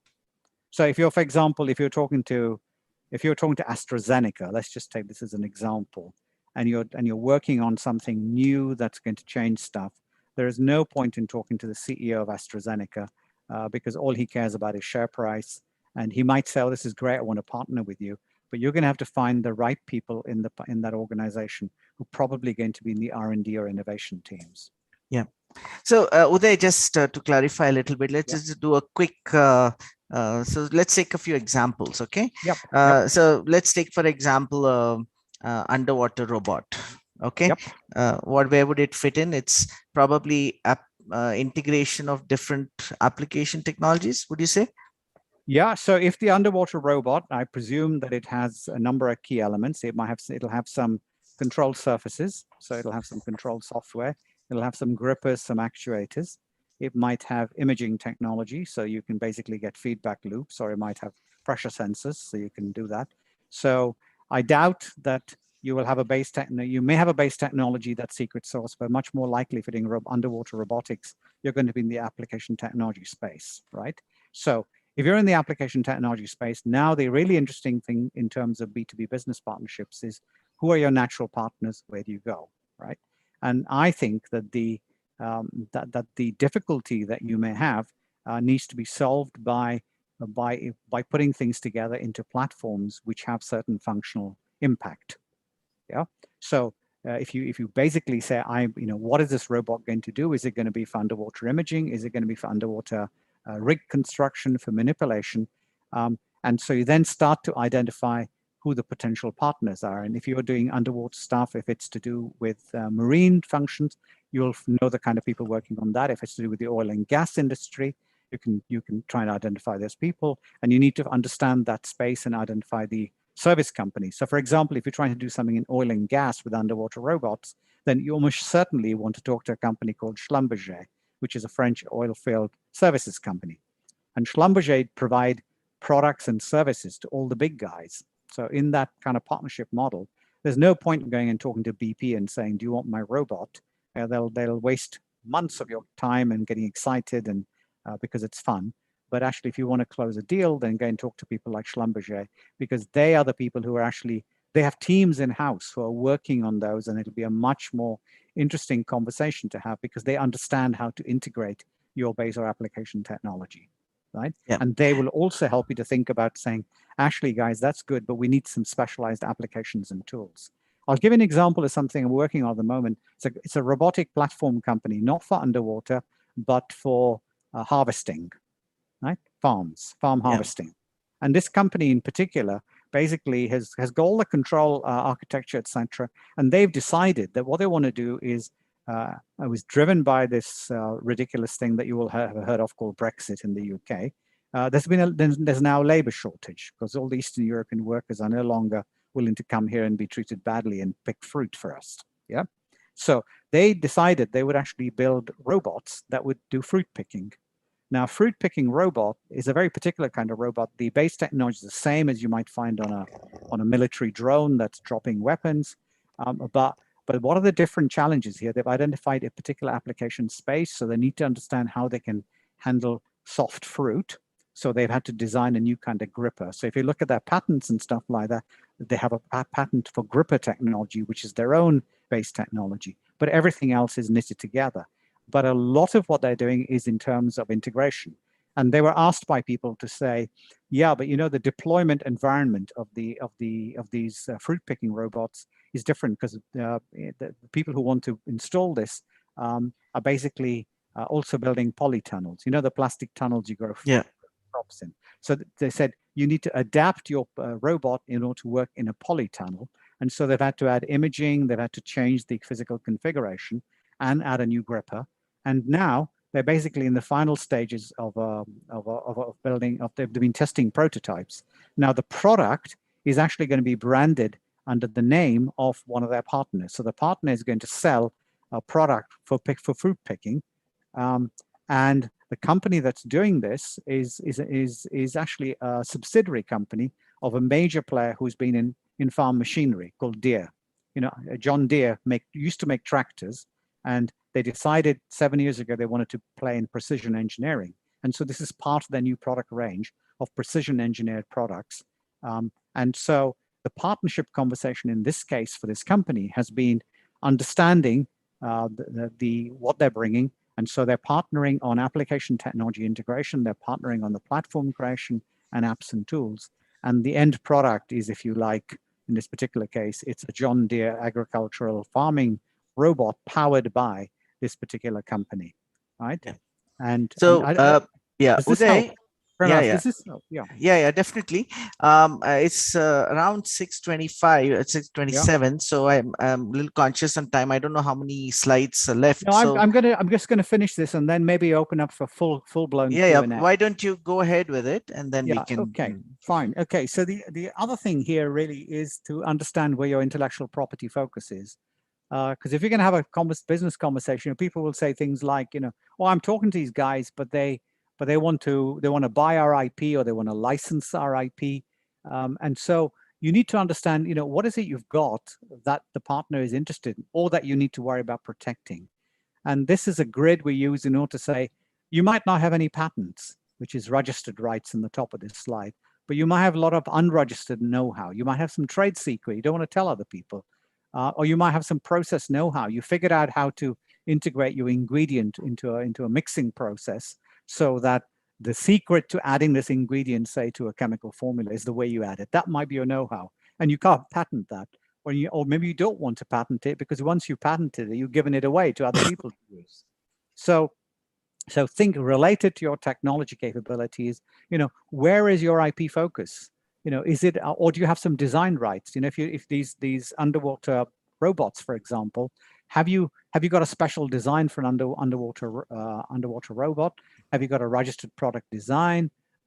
Or is there something else, and people who work with content and stuff, they may have format rights. So for example, I don't know if you have this there, but Pop Idol used to be the program in the UK where you basically get people coming and singing and showing off their skills on a television program.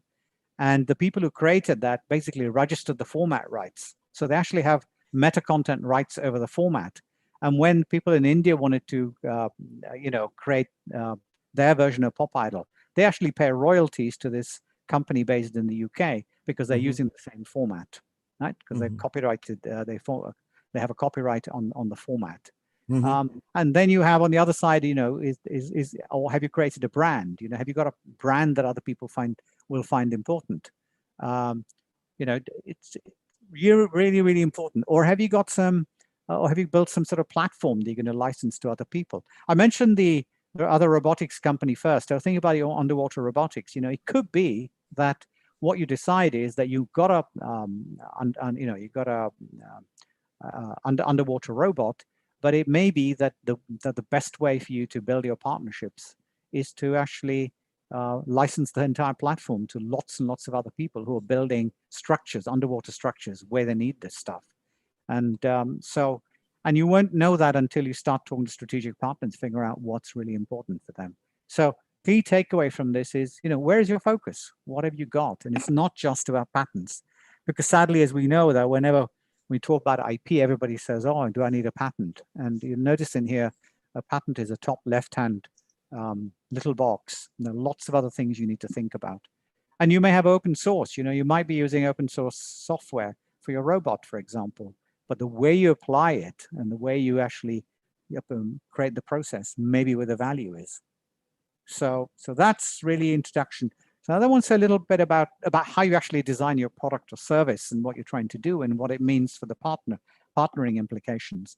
Because you may have, the typical place is you're in the bottom left-hand corner, well-known understanding, people say, you know what, I need a cricket bat because I play cricket. That's but if you're trying to enter a new market space, maybe that's not a great analogy because you don't want cricket to be played differently in different parts of the world. But you might imagine that some people, as the Americans did, they changed the nature of the game with baseball and other things. Hockey is another one, field hockey versus ice hockey. Customers basically asking for something quite different, or you might be doing something different because the technology enables it. And so this whole idea of synthesizing what you're doing, but it's related to the previous point. If you know what you're actually trying to sell, then how do you wrap it up? How do you synthesize it?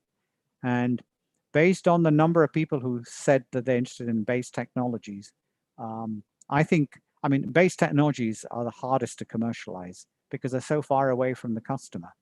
And so you're going to have to think about how you fill in the gap. And application technologies is a good way to go.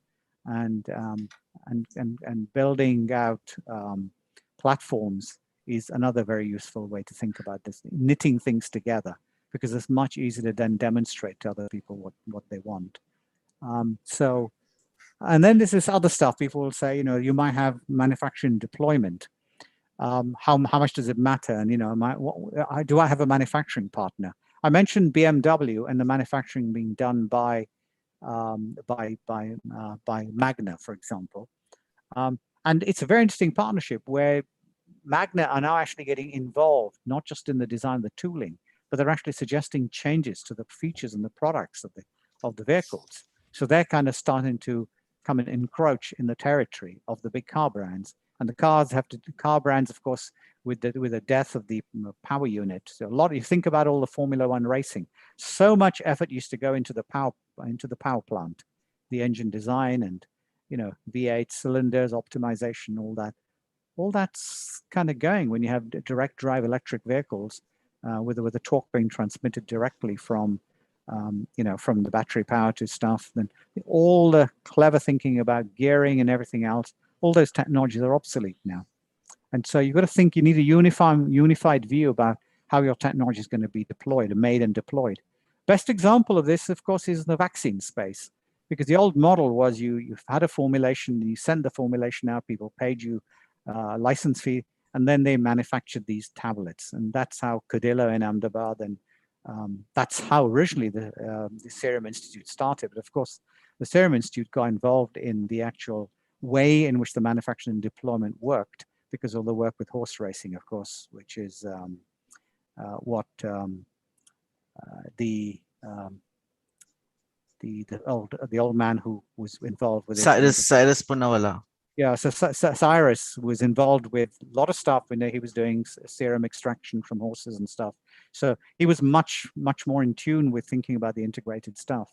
And now we have this big debate going on about the Oxford AstraZeneca vaccine. How much should they get involved in pilot plant manufacture? How much should they do stuff? How further down the value chain should they go?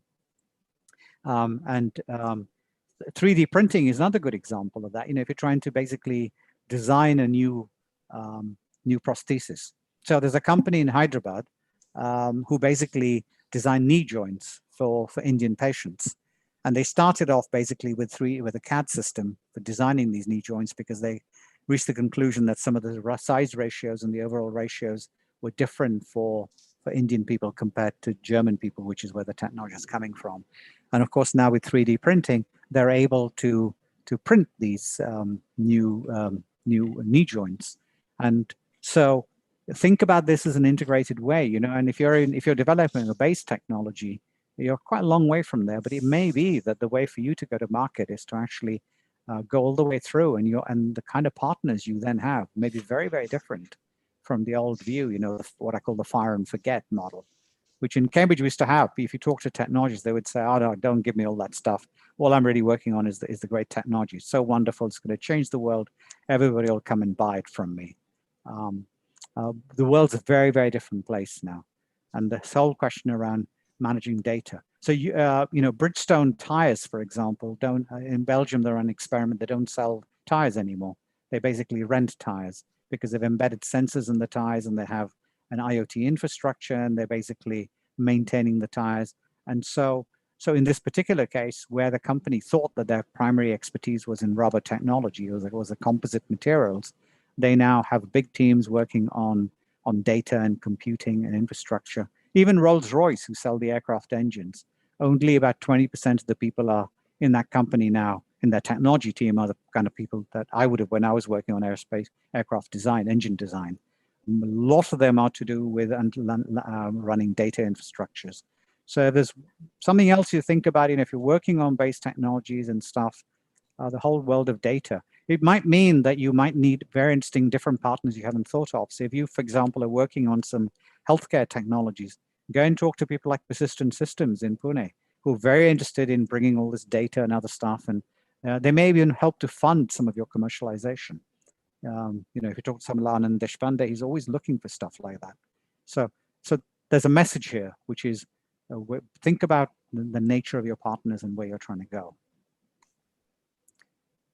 So these key elements, this really justifies why unified view is now going to be essential. The integrated operations is all about interoperability, information exchange, dynamic decision making, very, very important. And then this, of course, I'm not going to say anything about, that there are all these different things in your team. If you're going to have a partnership, you're going to have to think about who you're talking to in your partner company and who on your team is going to talk to them. Is there any matching up of team structures or leadership or culture? You know, if you're talking to the R&D team in AstraZeneca, it's a very different culture from if you're talking to the guys who are tasked who have a revenue target for selling more drugs, more compounds. So understand that. And then how are you going to fund what you're doing? You know, because depending on what you're trying to do, your partnerships may be very different. I know it's quite fashionable. I don't know if it's the case in India, Premnath, but there's this thing which says tech companies, they always say, oh, I'm going to do a pitch for a VC. Mm-hmm. Only about 2 to 3% of companies ever get VC funding. And 95% of VCs don't really know what they're investing. They go by fashion. And if you look at, I mean, the last time I did this exercise, I was at NCBS in Bangalore, and we had the Indian Angel Network, and they were talking about how they were really interested in investing in healthcare innovation.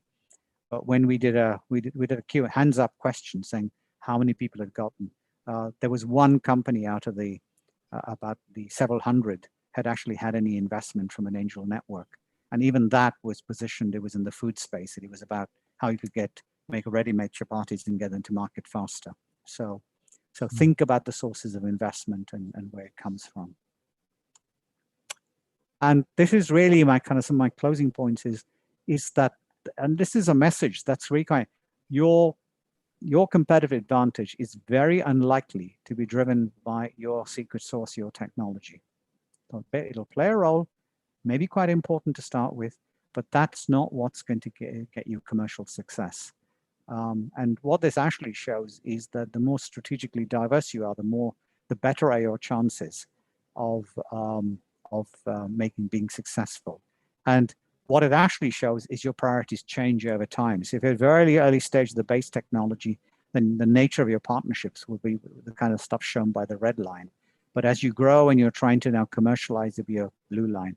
And finally, when you're trying to really get out to market, then it may be the black line. This is just an example from a single company. All companies are different, but strategic diversity is the real key to competitive advantage, not Michael Porter's fancy stuff about positioning, because those kinds of things are very hard and they're not sustainable. You need agility is the key you need.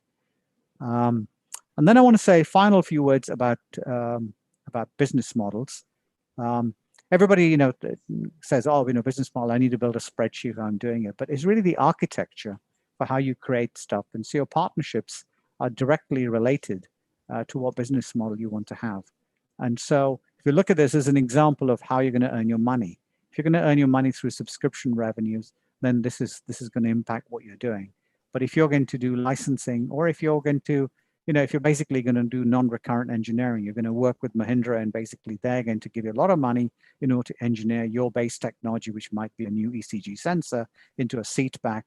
And so you basically are a supplier into this strategic thing, but you're important to them. You're a strategic supplier because you're providing them with a piece of measurement technology which nobody else has. So they'll be happy to pay you for that. So think about profiling your business model priorities. That's what this is. So Premna, I think at that point, maybe I stop and let people ask questions. Yeah, so let the questions come in. Can you keep your slide on the strategic diversity slide? Yeah, let's just discuss that a little bit. Many of our cohort companies out here are either on the red line or the blue line. Yep. Okay, so there is a question first. Let me clarify the first one. I think Vaibhav has the question of why funding and investment is low on the red line. Yeah, which is chasm one. So this is an example of a single company. So this is not average data. Mm-hmm. So treat that with a pinch of salt, because all of you will be different. But what I'm encouraging you to do is to think about what your pattern looks like. Yeah. So clearly, for many of the partnerships for the early stage companies, they're trying to build technology out. They're trying to build applications out. They're trying to find the use cases and align their products to those use cases. So those are the kind of partnerships that they are looking at in the very early stages. So that makes a lot of sense. And also sometimes capabilities, matching of capability. There'll be some lacunas, and they're trying to fill up that lacuna as well. So let's take couple of things I wanted to take was one, there will be other companies, by the way, who are at the product stage and are engaging with distributors. Okay. So let me first take that up. Okay. So I just wanted to ask you practical issues in distribution agreements and marketing and sales. So let's take a very simple example. Let's say Reliance Digital is selling Apple products. Okay. What are the kind of considerations going into such a distribution agreement?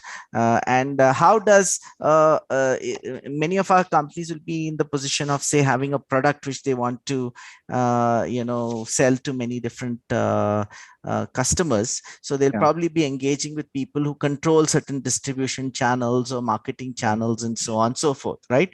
So the practical considerations of people ask for co-branding or white labeling or exclusivity, non-exclusivity. So how do you decide on such considerations? And also, when do you know when to walk off? And are there some general principles on how to decide, what is a non-negotiable and where do you walk off? Right. Okay. So I'll start off by the caveat with saying making this decision, it's a bit like beauty. It's in the eye of the beholder, right? And so depending on your personal taste, some people may look beautiful to you and some people might look ugly to you. So that's the first thing. But I think the first thing, if you're going to enter a distribution agreement, is to be clear about what is it you're asking them to distribute. So you need to define the product. So you need to be very clear about, and so if you typically write a distribution agreement, in the distribution agreement, there'll be kind of like a basic structure, which says company X promises to distribute this product for company Y, and there'll be a schedule. So the first schedule will define what it is that's being distributed, right? And so that's very important. And it's very important for a number of reasons, because you need to define how much of it is what I call fire and forget. You're selling something in a box, you never want to see it again. How much of it is based on additional interaction following the delivery of the box? Like, is there a connection to the box? Are you expecting to collect data from inside the box, right? So product definition, a very precise product definition, is really, really important, right? So that's the first thing. And if you can't define your product, then you don't know what you're trying to protect, right? So that's the basic product definition. The second thing is to, and it's related to that, is to do with ideas around exclusivity. So product number one. Second is the exclusivity angle. And the exclusivity if you're going to license the complete product exclusively to somebody else, then you're going to be in big trouble in the future, because you basically just burnt all your bridges, right? If you're in a tough spot, you might provide time-limited exclusivity. So the time dimension matters. But most people who want to sign a distributor agreement with you, they'll be looking for a year's exclusivity. And so if you want to basically withdraw from the market by saying, you know, this company is going to sell my product for the next 12 months. Now I just have to sit here and wait and hope for the best. That's a dangerous position to be in, right? So you have to find some way in order to bound the exclusivity. And you can bound the exclusivity by looking at a number of things to do with configuration or configuration management. So how do maybe I can sell a product that's configured in a particular way for a particular player, right? You can bring in geographic constraints. So the best practical thing is if you go and search online and just say sample distribution agreements, you'll find lots and lots of stuff where other people have put online, which basically show you examples of distribution agreements they've signed. And in fact, there's so many that it makes no point. There's no point in me trying to create a standard template for this, which is why we haven't done it. But look at what other people have done. But so be clear about your product. Be clear about if you're granting exclusivity or not. And exclusivity can be bounded by three things. One is the form and the shape of what you're selling. In other words, is it just saying, you know, I'm going to give you exclusivity in the market in Kerala, for example, number one. The second is exclusivity in terms of time. And the third is exclusivity in terms of other functionality you might do that. So exclusivity really matters. So that's the second thing. The third thing you want in any kind of agreement there is the agreement to have data exchange. Because what you don't want to do is be in fire or forget mode. If somebody's selling your product, you want them to feedback data from customers about customer reaction, etc. So that transparency is very important for early stage, because you want to find out all you can from what customer reaction has been and how many products selling or not selling. And it's not sufficient, just not sufficient to say, they'll say, oh no, we give you annual returns of how many products we've sold. That's not good enough. You want, especially if you're working with strategic new products, you want a much more interactive relationship. So the third thing you need in your distribution, if you're signing an agreement like this, is open data exchange, interaction exchange. And it's good if you can build in quarterly briefing review meetings with the distributor or partner to say, let's discuss together what's working, what isn't working, right? So, so that's good practical sense. The other thing then you want to do is to basically have a detailed section or some guidance on how pricing will work. Who gets to decide pricing? Is there a mechanism for dynamic pricing? What happens, you know? Because otherwise you've lost control. They say, oh, we'll price it, we'll sell it, this is what we're going to sell it for.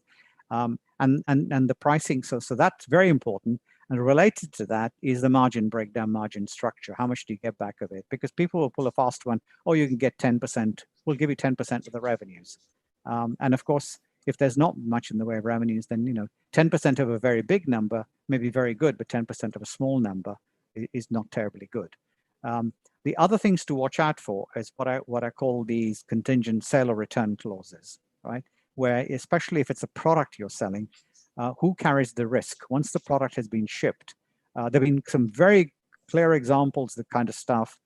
For example, Reliance did this to some of the phone manufacturers in India, where in the fine print, they had sale or return, which said, after 6 months, if we haven't sold this product, it's sitting in our warehouse, we will return it to you and you will issue us with a credit note. So all the money these guys thought they sold, and Reliance placed big orders, 1 million units, and then they sold 50,000 of them.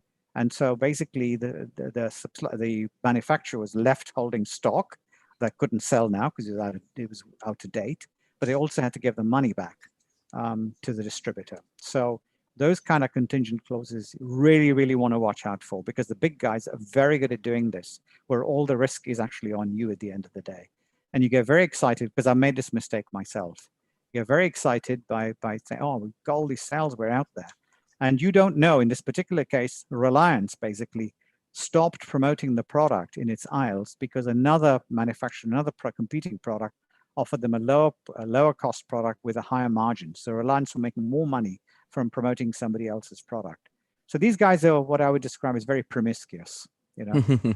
Yeah. Yeah. So you Yeah. really got to be careful about things like that. Is this helpful, Premnath? Yeah, yes, definitely. Would you suggest that people simulate the terms on their finances and see what impact it has? Oh, absolutely. Yeah, Yeah. absolutely. If you look at it, somebody offers you personal terms, get your financial person to say, run it and look at optimistic revenue scenarios, pessimistic ones, and realistic ones, just so you understand how much money you're going to make from this particular situation.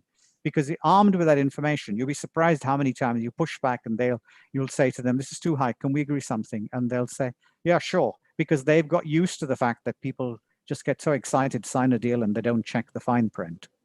Yeah. I mean, I can give you a personal example of this, Premnath, which is to do with the publishing industry. You know, Cambridge University Press, their standard deal they offer university authors is 2% a royalty fee, right? And if you're really high profile, they might give you 2.5%. Yeah. Now we know there are other scientific publishers around the world who will give you better deals. I did a deal the other day where I went and said to them, I'm not taking 2.5%. I want 15%. And they said, yeah, all right, which made me think that I should have gone higher in my negotiation. Yeah. Yep. It's very hard for all of us who come from a scientific tradition to think like that. We always want to think the best of other people. But, you know, look at it from the point of view of the finance director. He just wants to he or she want to maximize their margins. Yeah. And do you want to comment on branding, co-branding? Yeah, branding. Branding is so if you know, branding is if you can brand what you're doing, it's very, very powerful. But brand building is an expensive exercise. That's the one thing I would say. So all of you think you want to build your own brand, takes a long time.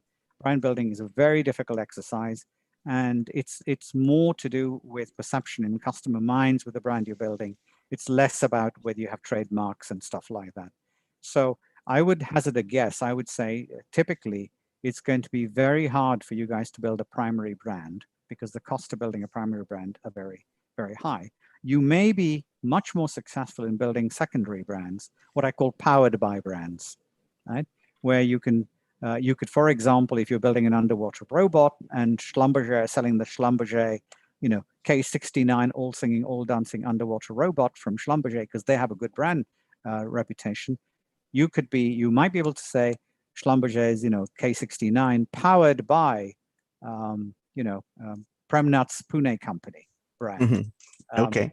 And I think that's the way to think about it. If you're lucky, you can't. I mean, for the space we're in, setting out to build a brand is damn difficult. It's very hard, very expensive. But don't give up. So try a powered by status, and then who knows? If you have enough powered by, all of a sudden it becomes a brand in its own right. Okay, let's take a slightly different case. Let's take a case of joint development agreements, perhaps with some early work from the innovator company. So something like BioNTech and Pfizer, maybe, right? So how would that kind of an agreement work? Yeah, so that's interesting. If you're going to do joint development, the same applies. You need to define who's putting what in, right? Who's putting what inputs in, and who has the rights to take out what outputs, and what rights there are, additional rights there are embodied therein. So if I pick the Pfizer BioNTech example, it's a very good example because in that particular case, BioNTech had built quite a global lead because of the technical team. So they had a reputation for working with mRNA-based vaccines. They had another vaccine. I'm trying to think, was it Ebola or something else they'd already done? So they had a track record. And it was Pfizer who approached them in the first instance to say, can we do something? Now, this, of course, strengthened BioNTech because they were able to say, fine, but we want to be able to say Pfizer-BioNTech partnership. But you'll notice, for example, that the product itself is called the AZ vaccine. The product designation is AZ. Doesn't mention Oxford anywhere, which is where the IP came from. Sorry, in this particular case, it doesn't say BioNTech, right? It's Pfizer vaccine, the Pfizer vaccine. But whenever the agreement was, whenever there's any PR or coverage, when they talk about what's being done, it's referred to as the Pfizer-BioNTech partnership, which produced this Pfizer vaccine. So the product designation is Pfizer, but the partnership. So they managed to basically say you must mention us in the marketing collateral, right? And why was that important? Because BioNTech want to do other deals like that, and so they wanted to say, you know what, Pfizer picked us, so we're a partner brand, not a major brand, not a product brand. We're a partner brand. Mm-hmm. And with AZ and Oxford, Oxford failed to do that. Oxford, so nowhere does it say, license from, nowhere does it say the AZ Oxford vaccine, like it does if you look at Pfizer and BioNTech. But the thing about that kind of co-development is, I think you need a very explicit development agreement, which states very clearly who's bringing what. So in this particular case, Pfizer were putting the money in and BioNTech were bringing the science, and that's written into the agreement. And how would you decide about manufacturing, about marketing, all of these things? Yeah. So how far should a company developing technology go into the manufacturing side of things? well, it depends on where it sees its clear strength. So I think increasingly in bioscience, my instinct is that companies need to think about what role, if any, they want to play in manufacturing and deployment, especially if you look at the mRNA vaccines and all the challenges around temperature controlled and delivery as well. So for example, if you don't cover that off in the development agreement, you might find that your partner, in this particular case, this is real, you might find that they think, the development agreement only covers the formulation, but the delivery mechanism isn't covered. And if we produce a nasal spray for delivering vaccines, then it's not covered, and we're free to do what we want in nasal sprays, right? And that's actually happened. There's a debate going on with Moderna and some other people at the moment. So I think you need to understand the entire value chain in terms of how the product's going to get to market, and decide whether you want to play in those areas or not. I mean, you could have a development agreement which says the sole purpose of this development agreement is for us to be providing the base technology, and you will pay us this money in order to do that. Everything else is your business. Or you might say that the base technology is jointly shared, or we're bringing the base technology, the application technology development is jointly shared with your development team.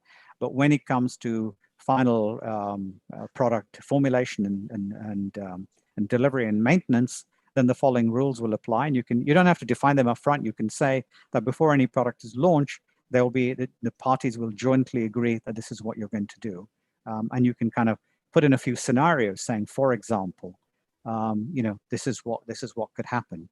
And so those agreements are going to be much, much more important if you're doing that kind of go-to-market than any number of patents you've got. Because the problem with a patent is that the person with a deeper pocket can always contest you in court, and then you run out of money to fight a patent in a public court. Mm-hmm. But if you signed a commercial agreement with a partner which says, I do this, you do this, anything else we do, we have to agree the rules jointly, then you're in a much more protected position.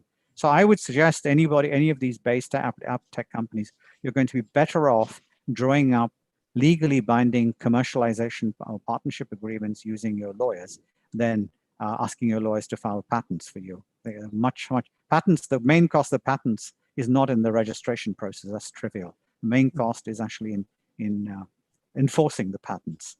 And believe me, if a big guy decides to do something, then it's a waste of time. But if you have a partnership agreement which says this is what you do, this is what we do, this is what you value, this is what we value, then you're in a much stronger position, because then you can get a commercial court. Yeah. So can I just ask you a little bit related question, which is if there's a startup which has some base technology, right? If they go ahead with collaboration agreements or joint development agreements, depending upon the scope of what they agree to share, their ability to raise money changes. Yeah, right? No, I agree completely. So how do you manage that? Because if you have given away everything, then people won't fund you, won't invest in you. Yeah, right? But I mean, I think if you're, the point is not to give it away, which is why I'm a great believer in joint development agreements, right? Mm-hmm. Because what you're then saying to the potential investor is, so on the IP front, there's IP ownership, then there's IP assignment, where you basically sell the IP to somebody else, or there's IP licensing, And so you want to be in a position where you retain some control over how the IP is exploited. But the investor reaction you want to do is you want to emphasize the value of what you're doing. And that's so instead of saying to the investor, I've got 3 patents, because investors are very quite tough people. They'll say, oh, you got 3 patents. We don't know what this patent is worth. Oh, forget it. Or they might say, oh yeah, we know you got know-how, we value that. But much more valuable and if you can show an investor that you have a strategic partnership development agreement for a piece of IP with somebody, that puts your valuation up pretty high compared to any patent you might have. And so my advice would be use strategic partner agreements with well-known people, because then you can turn around if they say, they start all this usual stuff from VCs. Can we talk to your customers? How can you validate this stuff? If you turn around and say, well, our validation is that company X has partnered with us, and they're big guys. They don't waste their time with anybody. What do you know about this space? These people who are in this space have actually signed a partnership agreement with us. That's why we're valuable. And I can guarantee you that. So, for example, the valuation for BioNTech went up dramatically as a result of that of them signing a development deal with Pfizer. Yeah, and they raised more money recently also. Yeah, right? and it's become very easy for them. Okay, now it's easy to raise money because everybody sees success story. But if you have a VC, if you have any of the people from the Indian Angel Network who want to look at your IP portfolio, then give them a wide berth is my advice. I think get yourself, strategic partners are worth much more in money terms than financial investors, because what strategic partners will do is they'll work with you, they'll help to validate your technology, they'll give you they'll help to design trials where the stuff can be proven, and they won't want equity in your business. They just want a share of whatever it is. So sometimes you might get strategic people who actually wanted to. So I'll give you an example of this. So there's a company called Permasense. And Permasense, these are the guys who are providing the corrosion monitoring technology I told you about for oil and gas refineries. They were talking to lots of investors, and investors were saying, "Oh, your IP is not very strong. How are you going to deploy all this unknown? Can we talk? Can you connect us to 3 oil refineries who say they're already buying your product and love it?" And of course, the answer was, "We haven't sold it yet because we're still putting things together." But then, when they started talking they decided to sign a strategic partnership with BP, right? And they went to BP and said, "This could change the way in which your refineries are run." And they signed a strategic development agreement with BP. And then after they signed it, 3 months later, BP turned up and said, "We're a bit worried that we're doing this with you. We want a bit more insurance. Can we take a 20-30% stake in your business?" Yeah. So my advice would be explore these things. If depending on the quality of your technology, how confident you are. But the problem with Premnath, this. I'm not a big fan of venture capital. So, but you have to decide what's right for you. You should decide what's right for you. Yeah, for that reason, we have fans of both venture capital and IP also speaking in the same session. I think it's good. And there are cases where venture capital has done great work with companies, but generally, maybe I'm slightly biased by my experience in the Cambridge cluster. And they say beggars can't be choosers. In the 1990s, we didn't have any VC, so we had to figure out clever ways of. No, and you're right that there's still a small fraction of the investing that happens. So Uday, I just want to take up 2 other examples, if you don't mind. Do you have a few more minutes, if you don't mind? Yeah, no, that's fine. Let me I think we're okay. I think I'd given us enough time afterwards. Yeah. Yeah. So one other example I want to take up is, you were doing something with, say, British Medical Journal, where there was content which you wanted to create partnerships for content with, say, people who could use it. Another example is there's an app called Babylon, which NHS uses. Yeah, I know. Okay? I know Babylon very well. Yeah, can you tell us what would be the kind of partnership, say, NHS and Babylon would get into, and how would that work? I mean, and then I have a last one after that, before we close. Yeah. Okay, so if you look at I should say NHS is a very particular, specific kind of animal, right? So it may not always be easy to extrapolate. But if we talk about publicly funded healthcare bodies, right, and the NHS is the best example of that. In Britain, 80% of all public health, all healthcare is funded by the state via the NHS. So it's 80-20 rule versus private healthcare. And in India, I think it's nearly the opposite way around, is my guess. That's certainly what we're doing all the BMJ, BMA work in India. That's what it revealed. Yeah. And so if you look at what's going on with companies like Babylon and others, where all this has been, these opportunities have been created because we now have what I call disaggregated technology capability. So we no longer have the kind of monolithic structures, right? Most of the, a lot of the innovation in the healthcare space in the UK, people like Babylon, others, is coming from some smaller teams, right? So they're basically creating new ideas. They have new databases. Genomics England, for example, are working on rare diseases, right? Where they're looking at metadata, where they do mapping of genomes versus clinical trial conditions. So the value in that is coming from what I call the metadata, new insights emerging rather than just processing lots and lots of data. Mm-hmm. And Babylon is an example of a company that is basically was in the vanguard of the British government's efforts to create more of a private healthcare initiative. So the ideological complexion of the current government in Britain is we want to reduce the amount of public sector exposure, increase the amount of private sector funding. And so there have been a number of investors who have basically seen this opportunity, venture capital investors, right? And so just for others, Yeah. Babylon is basically a chat box, chatbot, which basically assists with diagnosis, and is NHS has probably signed it up just in case people want to use it before they decide to come to the clinic. Yeah. Right? So the thing is that if you're interested in this area, Premnath, there's another company called DEMDX, DEMDX. Mm-hmm. Who basically are trying to provide this in a much more integrated form. Their technology is far superior to Babylon's, but their marketing of their own position is not. But DEMDX is basically providing diagnostic support software, including AI and machine learning, to enable GPs and other medics in the field to basically have a second opinion, right? Mm-hmm. And remember, BMA, BMJ had this thing called Doctor's Bag, where they had second opinion, where they were trying to do something similar. They had lots of data, and they were trying to provide diagnostic support capability to GPs, right? Yeah.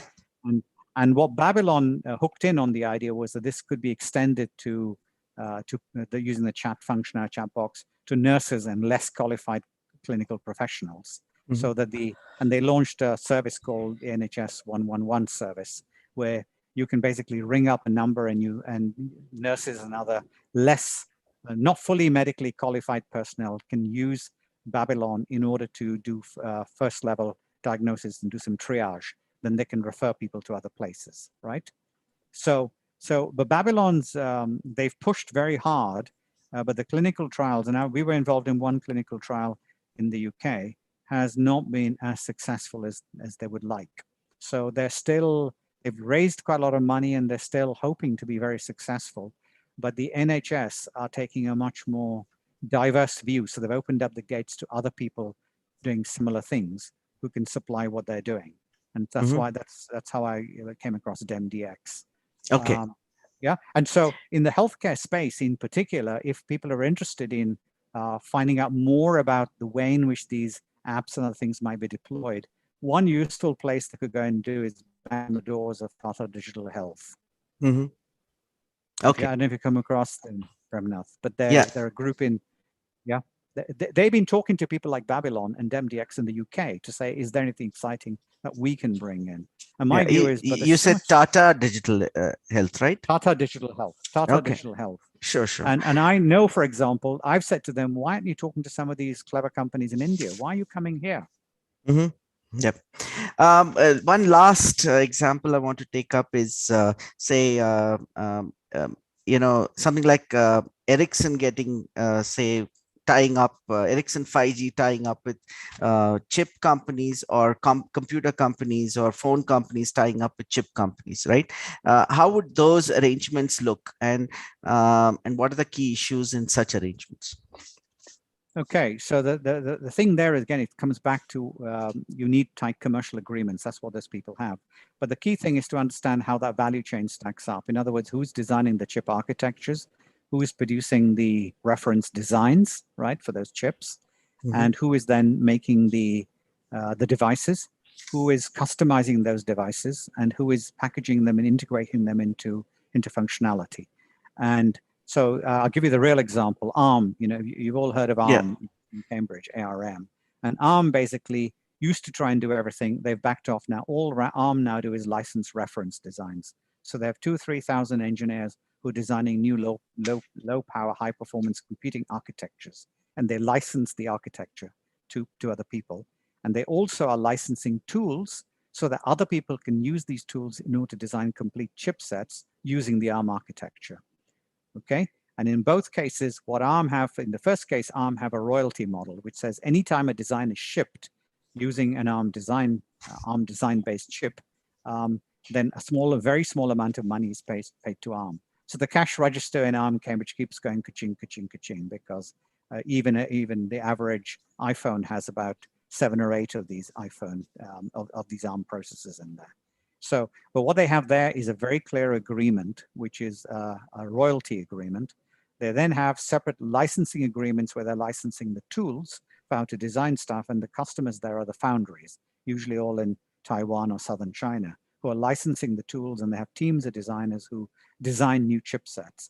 Then they've got all the brigade involved with IoT, and those IoT companies all over where they're customizing the stuff in terms of data to say, oh, this is fine, but this is actually, I've designed a new lighting circuit to control lighting and IoT type lighting, so I can control the lighting from my phone when I'm on the other side of the world. And then there are apps and other things related to that. And so in all those cases, these guys have commercial agreement which specifies if there is there any intellectual property at stake and who owns it, who is allowed to use it, who is licensed to use it, or is there any outright licensing. And so if you're working in stuff to do, one of the things is really just building a very clear framework to say, what have I got? How is it being wrapped up and packaged?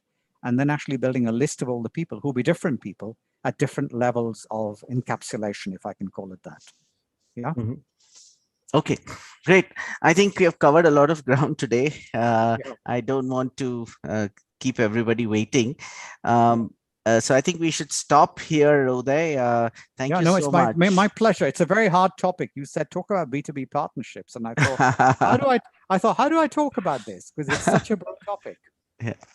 But I think we have covered a lot of ground through both the text and both the slides and the examples. Mugdha has put out some a feedback form. Please do fill it up, requesting everybody to do that. And thank you so much, Uday. I think this is great. We will also dip into you when we come to specific cases, maybe request you to give specific inputs on one or two cases as well, where I know you have done a lot of work as well. Right. So yeah, that's fine, Premnath. You're welcome. Yeah. Very happy. Whatever people want, let me know. And we're all learning. So if you think that this was actually not very helpful, put that in your response as well. Don't have to be polite. Sure.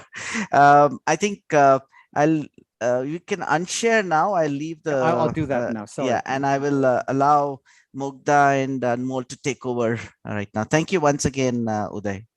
No, my pleasure. Okay, guys, bye. Yeah. Mugdha, did you want to announce anything? Yeah, I will just project the screen. Can you do that? Yeah, you're okay. I'm off now. Yeah. Yeah, sure.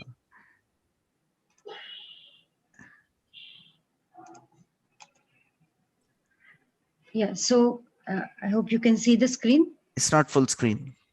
Yeah, now it is. So, just projecting the next week's 3 interesting sessions. So Dr. Jha, Mr. Shastri and Ravi are taking up sessions in the coming week. And of course, the link is up, the feedback link. 2 more emails you would have received. One is for the incubators in the cohort. As you know, we had a special session for all of you, but we couldn't complete some of the sessions. And I have requested for some preferential dates out of the options given.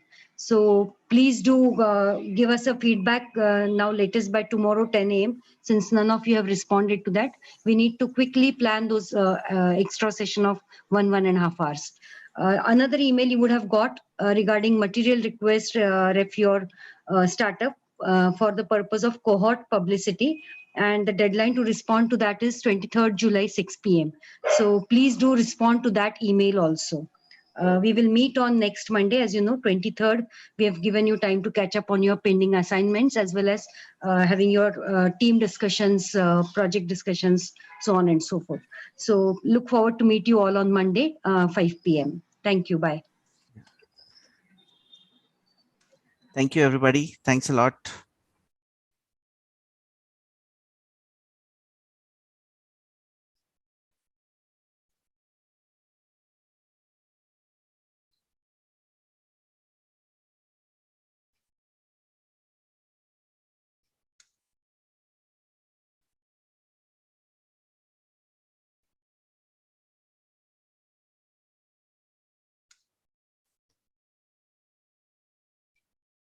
Feedback link is there. So let's see. Yeah. Okay, good.